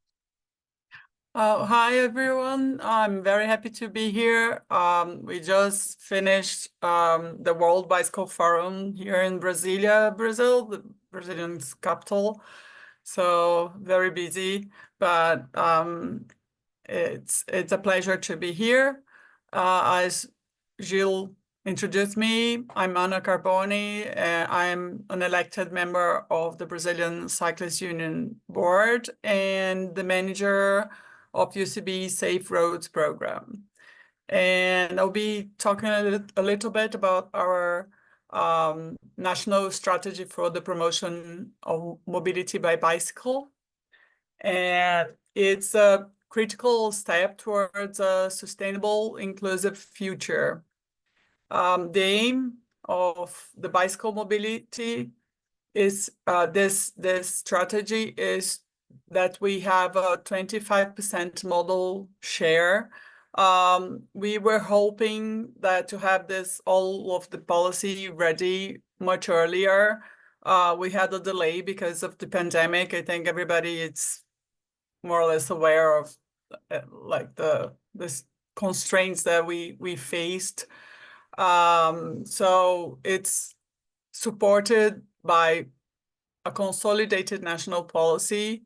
This policy will contribute to the sustainability, to reduce inequalities, and to ensure safety, accessibility, and comfort for all cyclists in the country. The strategy is designed to support actions from civil society, the productive sector, and government. It brings together a comprehensive set of measures to transform the reality for cyclists in Brazil. And the vision is aligned to the global and the national guidelines for sustainable development and the reduction of traffic deaths. If you could please change the next slide, please. And one of the key legal foundation for this strategy is the Bicycle Brazil program. Is a federal law here in Brazil, which encourages the inclusion of bicycles in transportation systems. This legislation was a result of UCB's advocacy efforts. And after its approval, we started mobilizing stakeholders to develop the document that was launched at the end of last year. It's a very comprehensive document, a very long document. We just finalized the reduced documents to be able to start working on the regulation of the Bicycle Brazil program, that we still don't have it. This initiative, I believe that the most important part of it is the active participation of civil society, which represent a strong collaboration between UCB, the federal government, and the bicycle production sector. And together we are shaping, I hope, the future where cycling is not just a mode of transportation, but a catalyst for economic growth, social equity, and environmental sustainability. In Brazil, we have a lot of people that already cycle, but cycling is not seen as something for everyone. So this will be very important. Next slide, please. The strategy is organized under 5 thematic axes. As I said, it is a very long and large document, but we are hopeful that we're going to be able to transform this in a regulation for all the cities to be able to take on board. And this thematic axes are the public policy, legislation and social control, cycling infrastructure, bicycles as drivers of the economy, promoting bicycle mobility, budget and financing. Within this axis, we have 44 sub-themes and 280 objectives. This is a comprehensive framework and is designed to provide clear goals and will hopefully drive change at all levels. If you need more information, the webpage of the strategy is on the screen. If you feel free to contact us. I will put on the chat our main email address, but that's the end of my presentation. Thank you very much. Oh, thank you very much for that, Anna. That's really very comprehensive. I mean, my gosh, 280 objectives. I hope that that gives a good framework for KPIs and things to be able to measure progress and to really see, hey, we started here, we set out to do this, and this is what we achieved for more and better cycling in Brazil. So thank you very much. We are going to go to Canada now, where Brendan Blotnicki from Trans-Canada Trail is going to give us a little presentation entitled Creating Opportunities for More Canadians to be Connected. And let's hear about this initiative. So Brendan, over to you. All right. Hey, folks. Thank you, Jill, for that introduction. So briefly, just for context, to those that don't know, I wanted to mention that the Trans-Canada Trail is the longest trail in the world. It spans from coast to coast to coast, connecting Canadians across our nation. So that said, we don't own or operate any of the segments of trail. This is done by municipalities, provinces, and in many cases, volunteer organizations. So as you can see on the slide here, the second point, part of our strategic priorities is connecting communities across Canada. So currently our claim is that about 80% of the Canadian population is within 20 kilometers of the trail. So that's about an hour of active transportation commuting. So as a bit of a side anecdote, last year while at an in-person trail event that was being held at 9 other locations on the Trans-Canada Trail, I made mention the concept that we could share that moment, that very moment with Canadians doing the exact same thing on the trail from Nova Scotia to Toronto to St. John's to Victoria, BC. There was a notable audible aha moment from the listeners as they kind of took in the gravity of the fact that there's a national connectedness in Canada through trails. So back in 2022, our total trail distance of registered trail was 28,000 kilometers, which is a fair bit. That includes road, trail, water route, that type of thing. So we had established a 5-year goals where we wanted to increase the Canadian population being within an hour of the trail by 2% and to grow the trail by 10%. Next slide, please. So we wanted to add trail strategically and not, and to do this, we developed 2 tools to assist in our evaluation. So the first tool on the left-hand side there is the spatial assessment. So this tool breaks Canada out into kilometer by kilometer blocks based on population and existing trail density. So we can assess the spatial value to adding trail segments to our network with this tool, but we can also use this tool to identify areas of priority for future additions to our network. The second tool is the principles assessment. So this is a graded evaluation tool that looks at 6 different principles that you can see listed on the tally sheet on the right-hand side here. So for each of these principles, there's between 8 and 12 graded questions that allow us to look at how a new potential organization or trail might pair with the Trans-Canada Trail as an organization. And we wanted to ensure that the trails being added are not just serving the KPIs that I listed on the slide before, but are representing similar value streams to the Trans-Canada Trail. And we also wanted to make sure that we're partnering with groups and organizations and not just having sort of like a unidirectional relationship, while also representing what is the best that Canada has to offer. Next slide, please. So here we have two examples of recent trails that we've added to our network. On the left, we have the Véloroute de Péninsule Acadienne. So this trail is actually detached from our network currently, but we do have aspirations for a greater future connection where it will actually be part of the Spine network.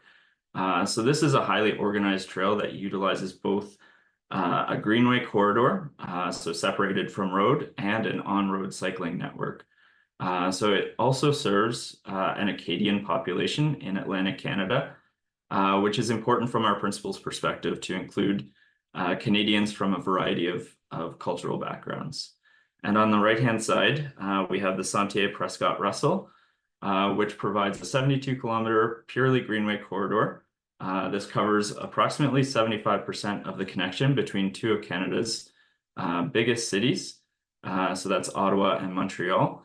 And we are currently working to make the connections to close this gap. And once that's complete, we'll have 100 kilometers of active transportation corridor between two of the major cities in Canada. That's it for me. Thank you very much for letting me have the opportunity to present today. Hey, Brendan, thank you very much for that. I love this initiative for so many reasons. First of all, it's walking and cycling. Secondly, I think, maybe the original intent of some of these trails is maybe for leisure purposes, but it also enables more transport, frankly, and connectivity by bike and by walking, and introduces a lot more people, gives proximity to a lot more people to be able to enjoy this or use it for daily journeys and things. So yeah, thanks very much. I look forward to hearing more about this in the coming years. So we will turn now to our next presentation. So Shanna, forgive me, I'm not sure exactly where you are based in the world. Where are you speaking to us from today? I'm speaking from Portugal today. From Portugal, excellent. Yes. So from Canada, we're now going to Portugal. And Shanna Lucchesi from IRAP will be talking about AI and me, empowering youth for safer roads. So Shanna, over to you. Thank you. Thank you very much, Jill. So hello, everyone. It's a real pleasure to be with you all today in such a nice panel with such good projects and initiatives to showcase. So I'm Shanna. As Jill was saying, I work as project coordinator for the International Road Assessment Program. If you don't know IRAP, we are a charity. We focus our work in road safety and create safe road environments for people to walk, to bike, and to go to their destinations in a safe way.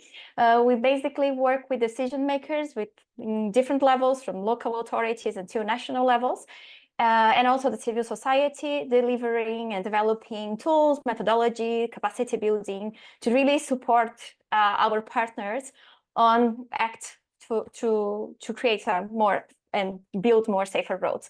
And this project is more or less about this. So I'm going to present you today the AI and Me, Empowering You for Safe Roads project. It was a 3-year project funded by Foundation Botner and FIA Foundation. IRAP was one of the partners, AIP Foundation was the lead partner, and Andidi, that it's a company that it's specialized in data and collecting data and analyzing in data based on Australia, was also part of this project. And the project was just finished. It finished 3 months ago. And we are now in this moment of reflecting of what we developed, what we learned, and how can we showcase these results for other initiatives that we can build on the things that we developed as part of these 3 years to create safe roads for kids to travel to school, because we are here in a context of safe journeys to school. So when we were developing and establishing the project, we really want that everything that we were doing as part of these 3 years, that will be sustainable and sustained through the future. So one of the key components of the project was really empower young people about road safety. What is a safe road environment? How can I advocate for safer roads? How can they really look at data to ask in an evidence-based way for decision makers to create a safe road environment for them? From the decision makers' perspective, we also want to support them on taking the best decision, on getting the resource they are available and targeting actions of these resources based on evidence-based solutions as well.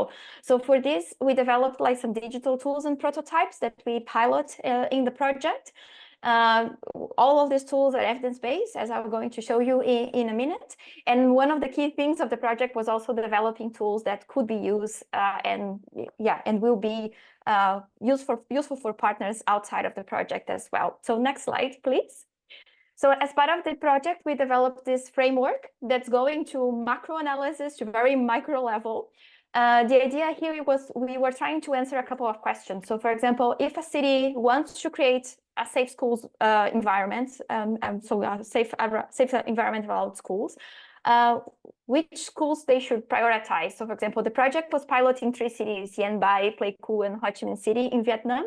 And Ho Chi Minh City alone, they have more than 2,000 schools. So which ones they should work first? Which ones they should analyze first? Which schools are in the most dangerous environment? So we want to answer this question. And then how can we bring really the school community into this process, getting their local knowledge about those roads that they cross every day, and they know exactly how which are the locations that they feel that are more risky than others. So we really want to bring the community to this process. So we start to creating and enhancing these 3 tools. So the first one we call the big data screening. And the idea of the big data screening was really to leverage existing data sources like of big data, but also census data, demographic, socioeconomic and sociodemographic data, built environment data, speeds and flows. So informations that are out there. Sometimes they are free and open to use. So how can we structure all this into a methodology that will be able to rank schools from the highest risk to the lowest risk? So this was basically what we were trying to do with the big data screening. So we developed and test this methodology as part of this project. And at the end, we provide to the local authorities then this rank of schools. And we select the first 106 actually, to really do proper assessments later on and provide recommendations of treatments. But then, as I said, we want to have the community in this process. So we developed this mobile application that we call Yeah, where the students were trained and they will be able to pin locations where they feel safe or very unsafe. To give us this idea of, okay, if we have an intersection where 15 students report they feel unsafe, this will be the locations where we should look at in more details. And then we look at these locations using the Star Rating for Schools tool. That is an evidence-based tool that IRAP developed, and rank these locations into 1 to 5 stars, where 1 is the unsafe situation and 5 is the most safe situation. Next slide, please, and then I will finish very quickly because my time is running. So you can see the results of the report using this QR code. You'll be able to download the final report of the project. But as you can see in the image on the screens, you have some students using the application in the bottom left. In the upper right, you see also the students in a meeting with the decision makers when they are really providing their inputs directly to the local authorities about the issues they face and what they can provide. The map that you see with the color dots are all the data collected as part of the project that was delivered to the local authorities, where they can build things later on. And to finish, the 2 images that you see on the left, it's the interventions on the schools that were already upgraded. So I'll be showcasing some of these tools in the Walk 21 conference in a couple of days. So if you have any curious about it or have questions about the project, feel free to reach out to me by email or during the conference. Thank you, Jill. Thank you, Shanna. I think the idea of targeting youth with an initiative like this is brilliant because by definition, young people are using active mobility. They don't have driver's licenses, they don't have, mopeds and things. By definition, they are traveling around actively and they know what's safe, what's not safe. They also don't have the choice. I'm going to go at a different time of day when there's less traffic or whatever that makes these roads unsafe. So it's very, very important that we focus on these issues and make improvements. So thanks very much for that. Now we're going to go to Daniela Gutierrez. Daniela, are you based in Amsterdam? Yes, Yes. I am. We are going to the Netherlands now. Daniela from Bikes is going to talk to us about their project, Cycle for Better Health, that's come on board. And yeah, let's hear about that. Thanks, Daniela. Yes, thank you, Jill. Hello, everyone. Good afternoon to everyone who's still in the webinar. Thank you so much again, ECF team and everyone at PATH for having us today. As Jill is saying, my name is Daniela Gutierrez. I am the Research and Development Manager at Bikes, and today I'm quite excited to share a bit about Cycle for Better Health, which is a global initiative by Bikes and Cities for Better Health. Next slide, please. So just to preface a bit the need for an initiative like this one, I think it's just important for us to highlight the challenge that we want to address here. So today, children in cities, as you all might be quite familiar with, are growing up in environments that really do not enable them to be physically active. So globally, more than 390 million children and adolescents between 5 and 19 years old are overweight, including 160 million living with obesity. So although the World Health Organization recommends an average of 60 minutes per day of physical activity, over 80% of children really do not meet this threshold. So we know that in children and adolescents, physical activity is associated with cardiometabolic health, bone health, cognitive outcomes, and broader healthy development. However, it is true that urban lives are becoming increasingly sedentary through the use of motorized transport and the increase of use of screens for work, education, recreation, among many other factors. So we believe that active mobility has a crucial role to play for people, and especially children, to incorporate physical activity into their daily routines and increase opportunities for everyone to be regularly active and healthy. So we know as members of such a global partnership like PATH that we need all hands on deck to make healthy cities a reality. So in uniting the efforts of a leading health organization such as Novo Nordisk through its Cities for Better Health global program and an innovative mobility nonprofit like Bikes, well, this partnership also is seeking to bridge the gap between these two sectors. So hopefully leading to a greater collaboration towards our shared goals. To this end, we really seek to showcase the vital role of cycling in promoting physical activity and well-being within the health sector, but also to highlight the numerous health benefits of cycling that are often overlooked within the mobility sector. Next slide, please. So the objective of our global initiative is to reverse the trend of physical inactivity and demonstrate how cycling as a mode of transportation can improve the overall health and well-being of children in selected cities and communities if and only if the right conditions are provided. So in order to increase the use of cycling amongst children, this program addresses key behavioral barriers that prevent people from accessing the benefits of this mode of transportation. So our approach, known as the human infrastructure of cycling, focuses on the building blocks of awareness, education, access, and stimulation. And as a pilot implementation, we aim to engage around 750 primary school age children living in lower income vulnerable communities who currently face additional barriers to health and mobility and could potentially benefit the most of these comprehensive solutions like this one. So, and finally, through working with local stakeholders, we really seek to co-design local activities and also to really contextualize each intervention to each city's needs. Next slide, please. So just very concretely, our first pilot will contemplate 3 initial cities, namely Bogota in Colombia, where we're about to start the implementation very, very soon. Then it's Bratislava in Slovakia, and finally Genoa in Italy.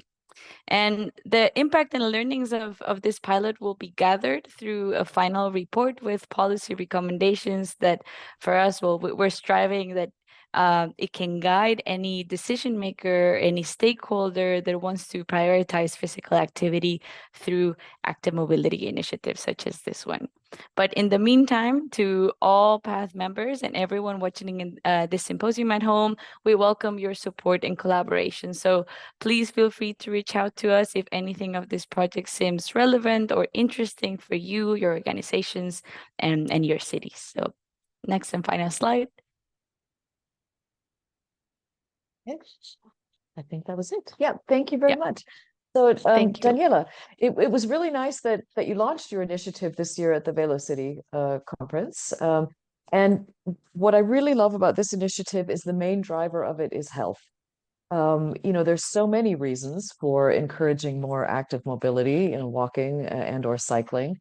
And as the Partnership for Active Travel and Health, you know, we love seeing ones that focus on health as well as addressing the climate challenges that we face and everything else. So good luck with this initiative as it progresses, and we look forward to hearing more about it. Thank you very much. So we will move on to our next presentation, and now we're going to Ireland. So we'll really feel like we've been around the world by the end of these presentations. But now we have Alison Chambers from the Cork Sports Partnership, who is going to talk about what they are doing there. So the title of her presentation is Get Cork Walking. So let's hear about how they're doing that. Thank you, Jill. Hi, everyone, and thank you to PATH for giving me the opportunity to speak alongside such fantastic speakers. It's really much appreciated. My name is Alison, and I am the Walking Promotion Officer with Cork Sports Partnership and supported by Get Ireland Walking. My remit is specifically within walking, and I'm here today to tell you a little bit about the Get Cork Walking project, which is a huge part of my role. You might change the slide there, please. Super.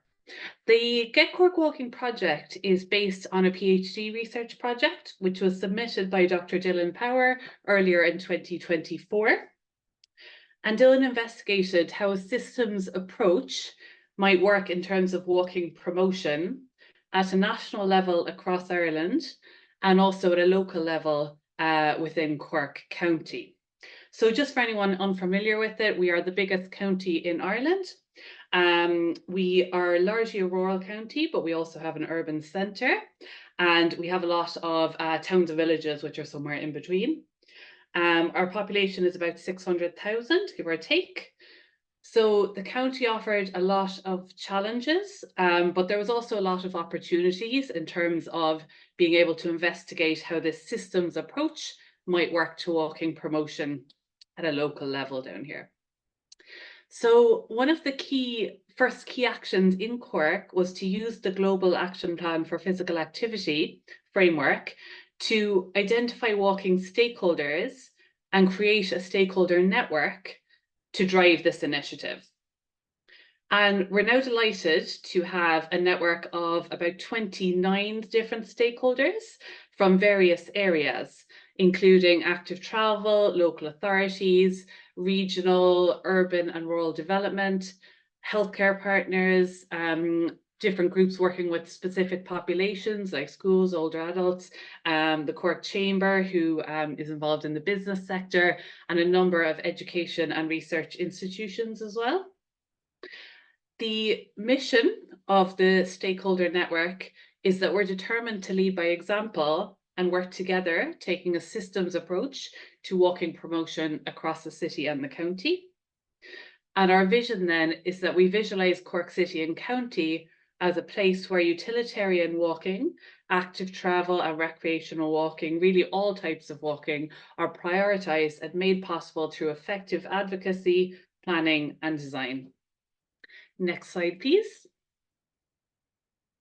So just in terms of the development of the project, one of the first actions we took was to create an action plan across 2023 into 2024.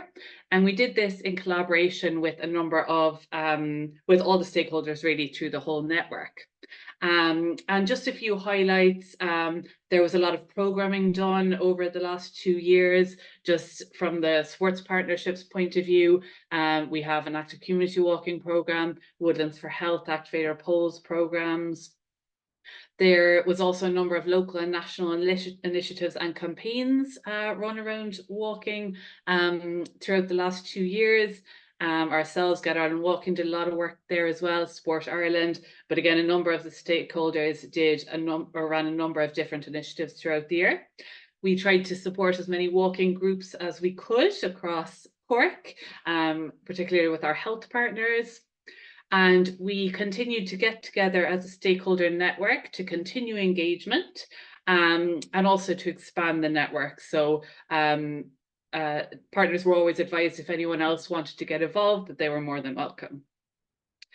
In terms of the future plans for the project, the next few steps are to finalise our charter, which is where the mission and the vision came from on the earlier slide.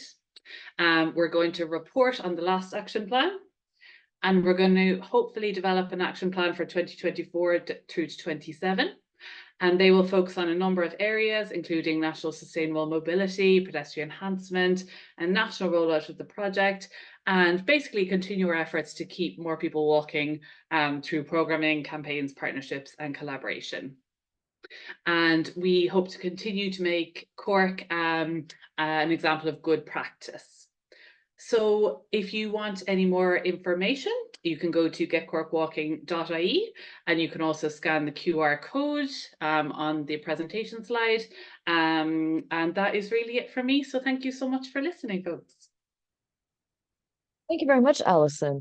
I think that's a great example of a very holistic approach, a comprehensive approach, and also with some parallels to what we've heard earlier today in other presentations and conversations about a systems approach, but also about how something that may have started out as quite an academic exercise is being then put into practice with real people on real streets and real communities. So we also look forward to seeing how that progresses. Thanks very much. Thank you. Okay, is everybody ready to go to another part of the world now? Now we're going to go to Nepal. So very exciting. We have Tara Lal Shrestha with us now from Nepal, and he's going to share with us the experience of lobbying for the National Bicycle Act there recently. And he is from the cycle culture community in Nepal, and we look forward to hearing what you have to say. Over to you. Thank you, Jill Warren. Hi, everyone. I'm Tara Lal Shrestha. I teach in the university here in Nepal, Tribhuvan University, for the last 15 years. And rest of the time, I work as a volunteer in cycle culture movement in the cycle community in Nepal. What we did is, after going through the 5 years, more than 5 years activisms in Nepal, different sort of rallies and talks and seminars and so on, we came to a conclusion that the greatest gap of our bicycle movement in Nepal is lack of National Bicycle Act, which has not even imagined, though our history of bicycle in Nepal is more than 120 years. So we started Bicycle Act activism in Nepal since 2022, September 14. We announced a social media notice that interested people come together, let's sit together and bring your citizenship Xerox copy. And if you need necessary, if you are convinced, you have to sign for National Bicycle Act, and we submit the petition to the Supreme Court demanding Bicycle Act in Nepal. And after that, so many people came, women and men and young generations and mature people, everyone, intellectuals, professors, doctors, commuters, pro cyclists, different varieties of people came together, and we started to think about National Bicycle Act. It was the first day in Nepal. And we did review of the world scenario, and we also reviewed our National Transport and Vehicle Acts, which was formulated in 1992, and it was updated in 2017. However, there were no any visions of bicycle policy and rights and so on. So we were so much surprised that our act is actually not bicycle friendly. They are more motor and motorbike friendly, car centric.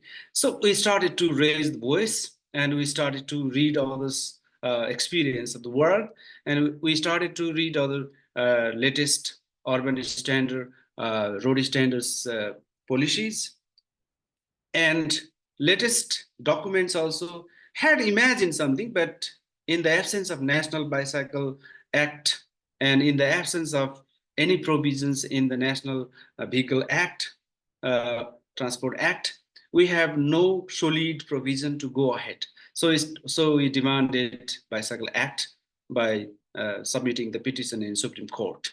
And we started lobbying. We started so many activities, big mass demonstrations, sometimes a national workshop, and sometimes interactions in the different forums. And even we organized bicycle culture in painting activisms.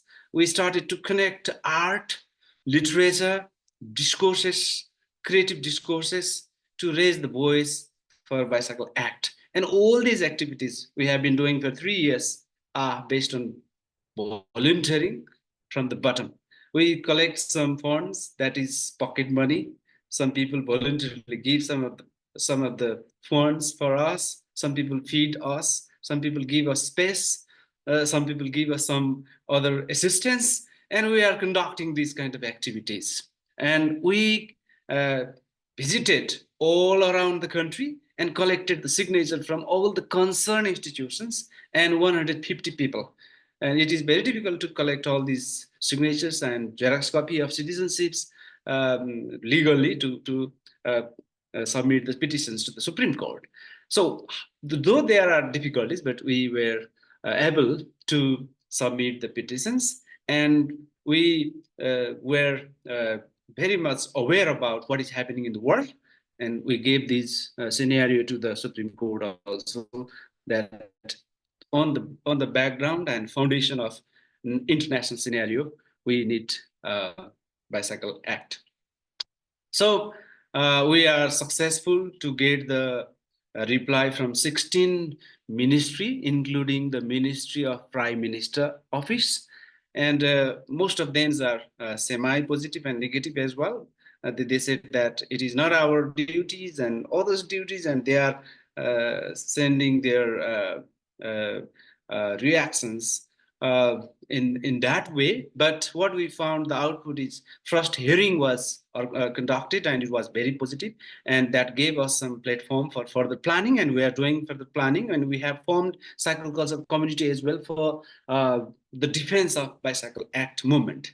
And we are doing different other creative workshops and activities. We are also doing act and activism campaign, and academic and activism is blending together for Bicycle Act lobbying. And way forward, all these things are going through volunteering activism from the bellow, blending with art and activism. So many people are positive to us, and they are showing their interest to support us. And we have established agenda bringing issue with the creative expression, as we will discuss through art and literary activisms. The art exhibition speaks our issues with aesthetic flavor, and research publications also we did was so interesting. So we are going through that creative and academic activism, and these peoples and groups supported us, and we would like to thank all these voluntarily supporting group for Bicycle Act, concerned institutions, players, coaches, commissioners, activists engaging in it, and cycloculture community team that is still very active, and PATH Annual Symposium team for this platform. Thank you. Thank you so much. I think this is a really good example of the importance of grassroots activism and volunteers and people giving their time for a cause that they care about, which, you know, it shows the power of committed citizens and how we can influence policy and action by our leaders. So thank you very much. We are now going to go to Nixon. Tell me where you're based. I'm based in Kenya, Africa. Okay, so now we're going to go to Kenya. So now we have Nixon Oko Otieno from World Bicycle Relief, who is going to talk to us about their program for bicycles for resilience and well-being. They have a wonderful way of bringing bicycles to people and enabling more cycling that way. So I'll turn over to you now. Thank you. Okay, thank you, and greetings, everyone. Next slide, please. Yeah, so I'm going to present on the power of bicycles. And we realize that more than 450 million people in Africa walk or cycle to receive or rather reach different destinations. And this is for almost 1 hour for work, for essential services. And to this effect, we realize mobility poverty, and this is a key driver to income and time poverty.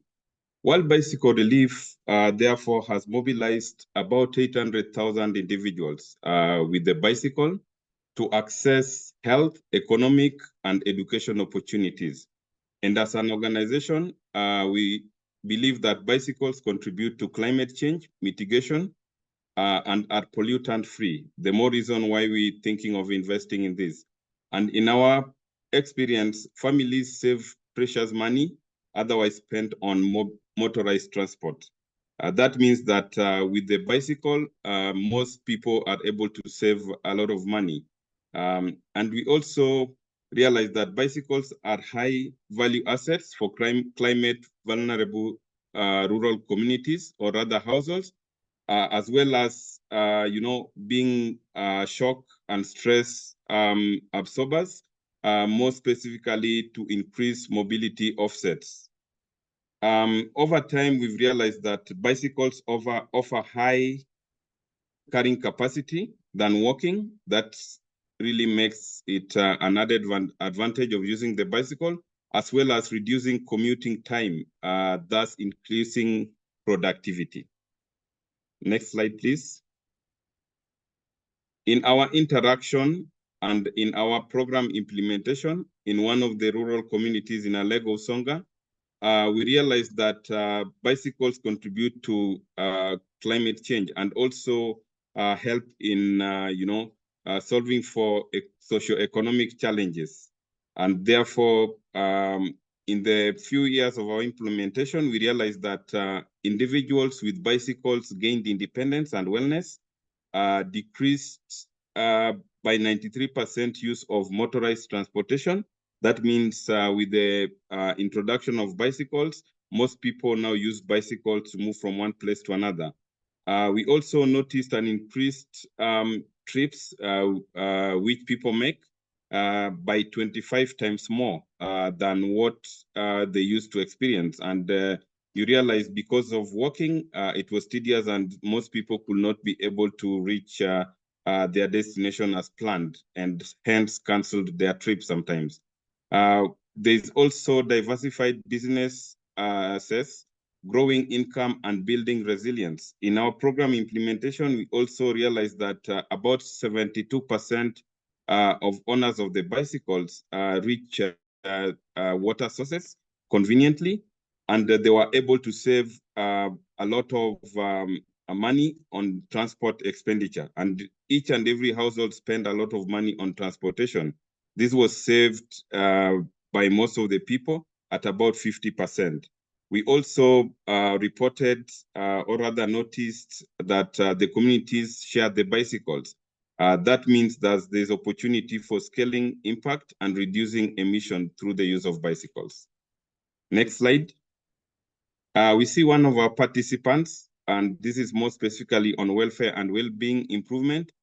Josephine here really used to walk for about 3 hours to really do what she has to do.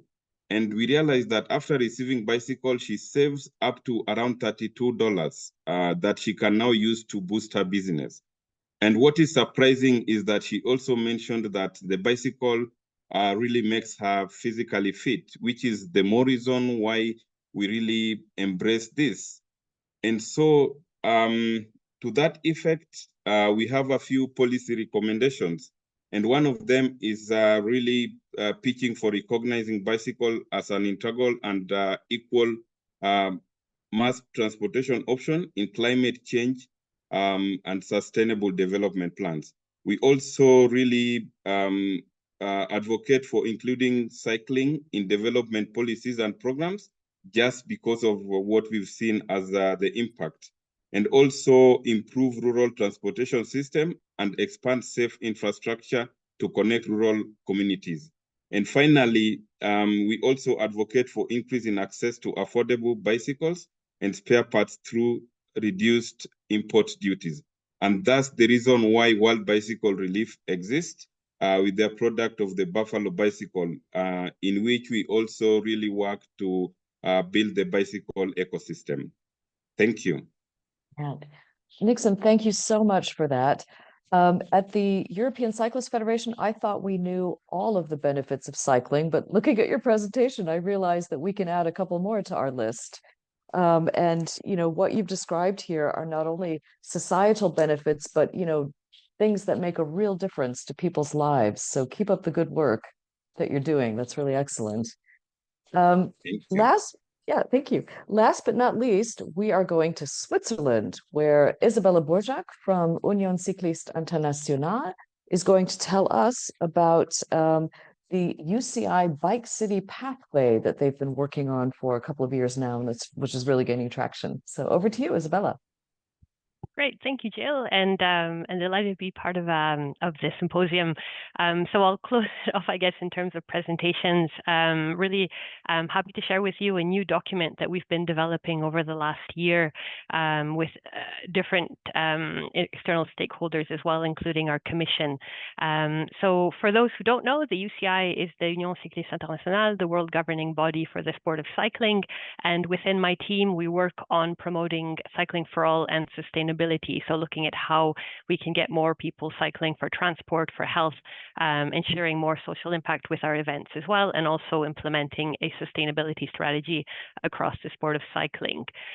So if we move to the next slide, what we will be releasing, this actually isn't public yet, it will be released at the end of September after our UCI Congress at the end of the month, is a new document which we've developed called the UCI Bike City Pathway.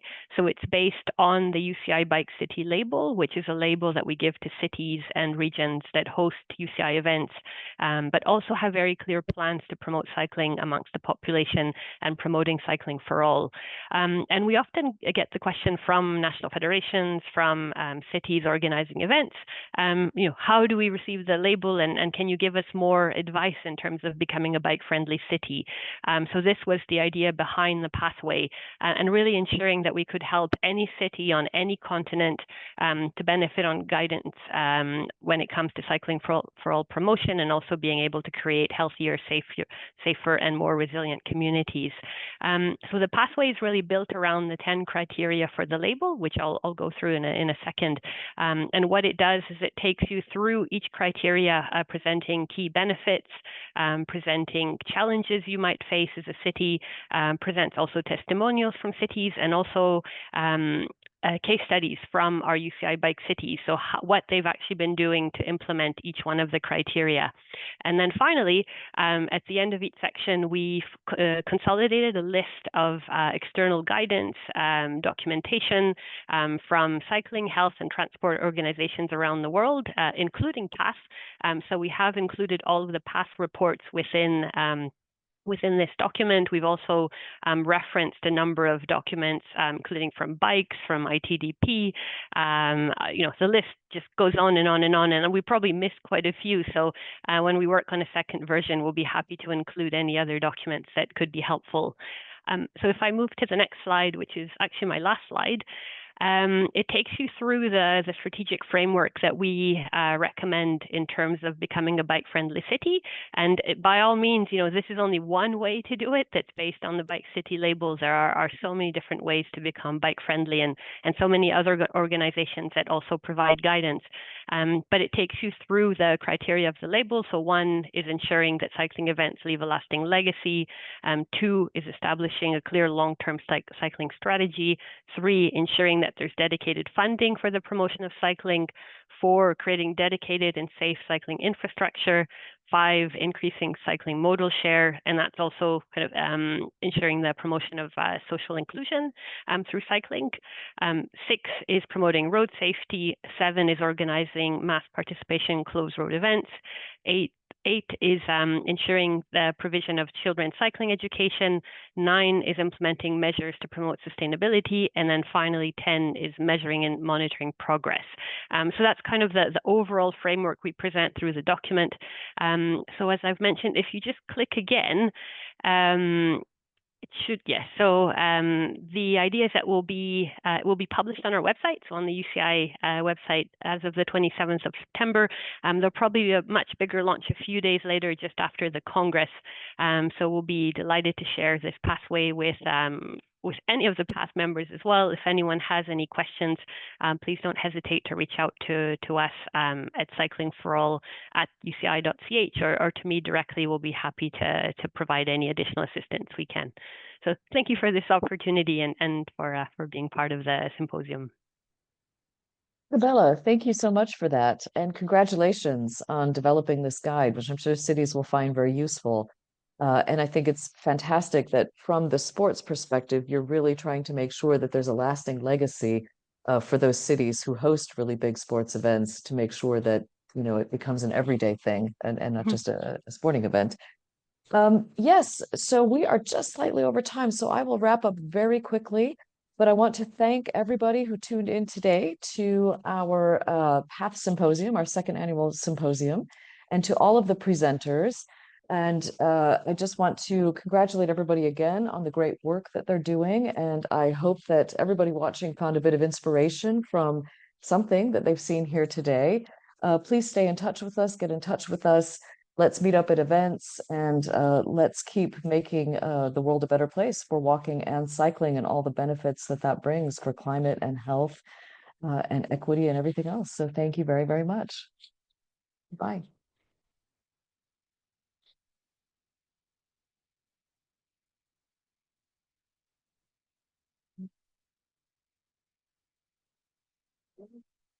Yeah, so is the broadcast. I think the numbers are still ticking over quite regularly, actually. I'm just, as you can see by the slide, I'm Bronwyn